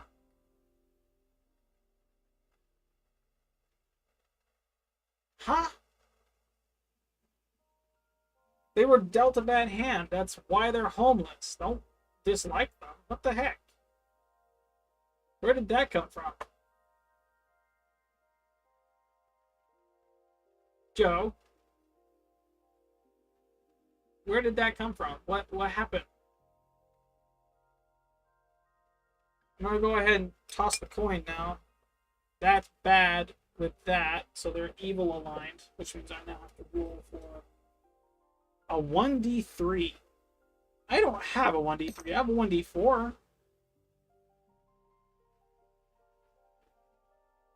Here's a 3-sided die. Interesting.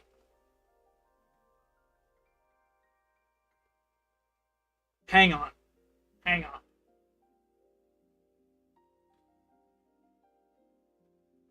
Did you see the person who stole it? And do you know they're homeless?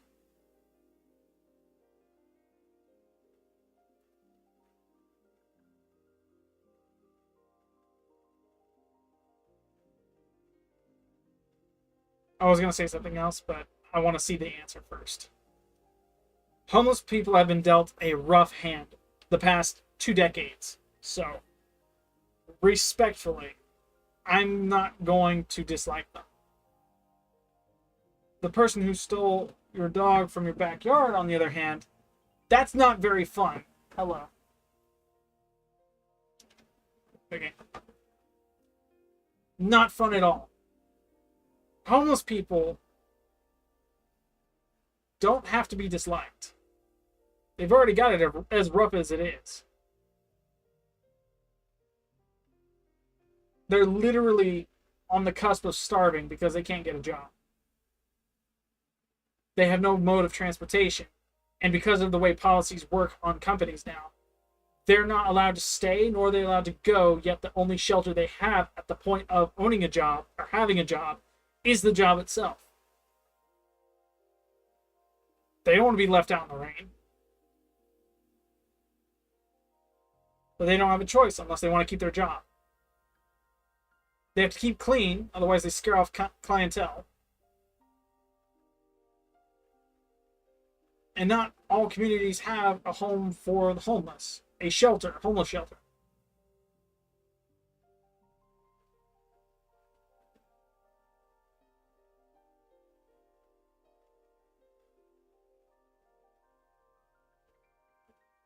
One person does not justify the entirety of the homeless populace.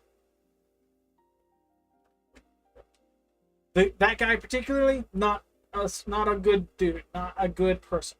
But most of the time,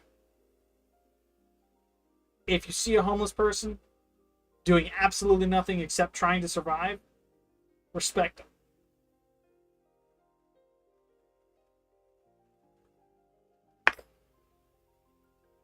I got a 1 on the evil scale, which means this temple's alignment is chaotic evil. This temple's god is chaotic evil. Hot dog. Okay, coming. Hi. Ow.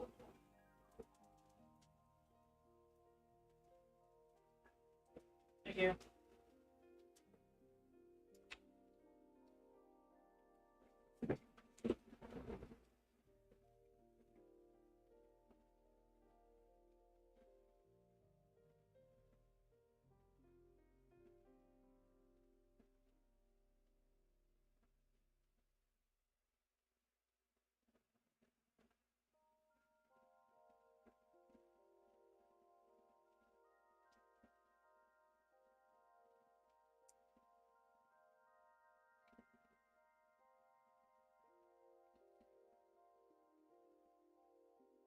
Drugs are bad.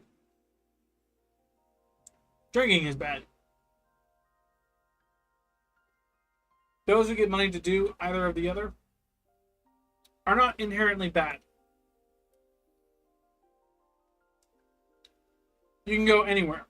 On the internet, you can go movies, you can go social media, you can go on the news. As wrong as they are sometimes. I would love to. Here you go. They're Vietnamese candy, powdered sugar with almonds on them. They're kind of good. Put it in your vent, I'll get it. Sure.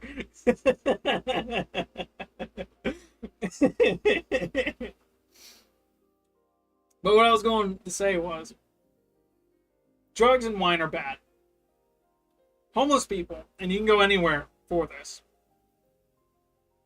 9 times out of 10, those who are addicted to drugs, or alcohol, or smoking, have had either a familial influence or an event which caused them to rely on substance to get away from said event. The familial influence is more of a traditional thing where they were introduced to it, and because of social norms, were expected to get used to it.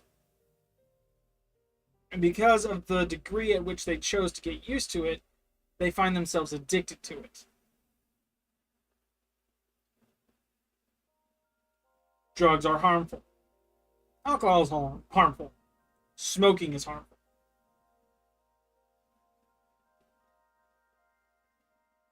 Everyone,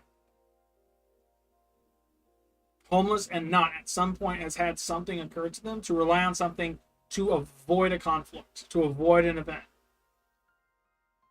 Or a family influence that has said, hey, get used to this, because this is what we do on a normal, occasional basis.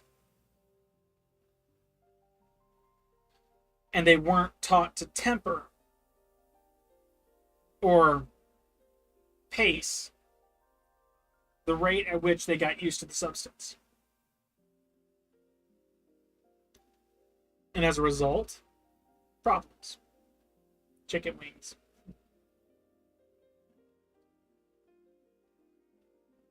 The guy who stole your dog, not good. The fact that he still had your dog was good. It means he didn't sell it for drugs or alcohol or wine. So you can't use that as an excuse for what he did. Secondly, using him as an example for all of the homeless people is wrong. Some of them are veterans. Sure, they might have drugs and alcohol near them. However, and in every case, they'll say it numbs the pain of having to go through the events they did. End result being, they're just trying to survive. And because of survival being taken too far, they have found themselves in a deficit.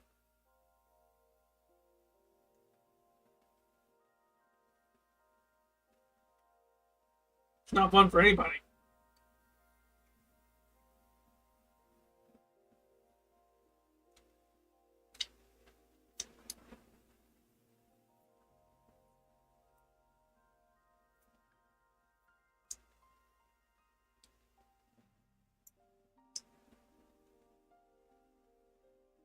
I've been streaming for 3 hours and 30 minutes.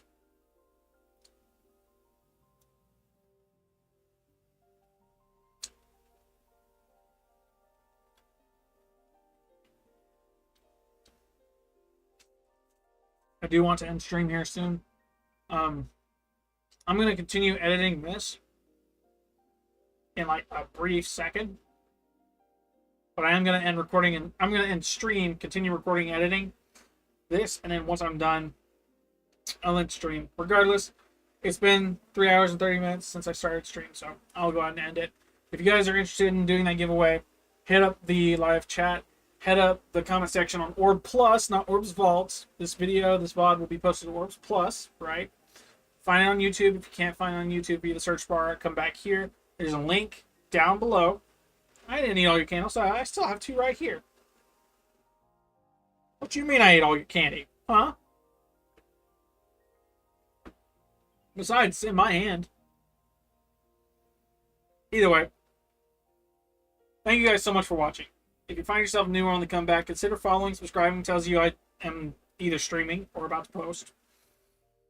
Consider commenting on the video what you thought and anything you think and saw that I could have improved on throughout the duration of this. I understand a lot of it's been more of a conversation between me and a chatter, but I enjoyed the conversation nonetheless. I got to make progress on the little world I'm creating, and frankly, I think it's coming along quite nicely. This is coming from someone with 0 experience going in on a book that has pretty much a mapped out plan as to what I ought to do for this world. That being the case, I'll be ending the stream now. You have 10 minutes on the end screen to get your guesses in. I have your cubes right here. Come and get them, Joe. You got them right here. Come on. Come on. I dare you. Let's go. Hurry before it ends. Hurry, hurry, hurry, hurry.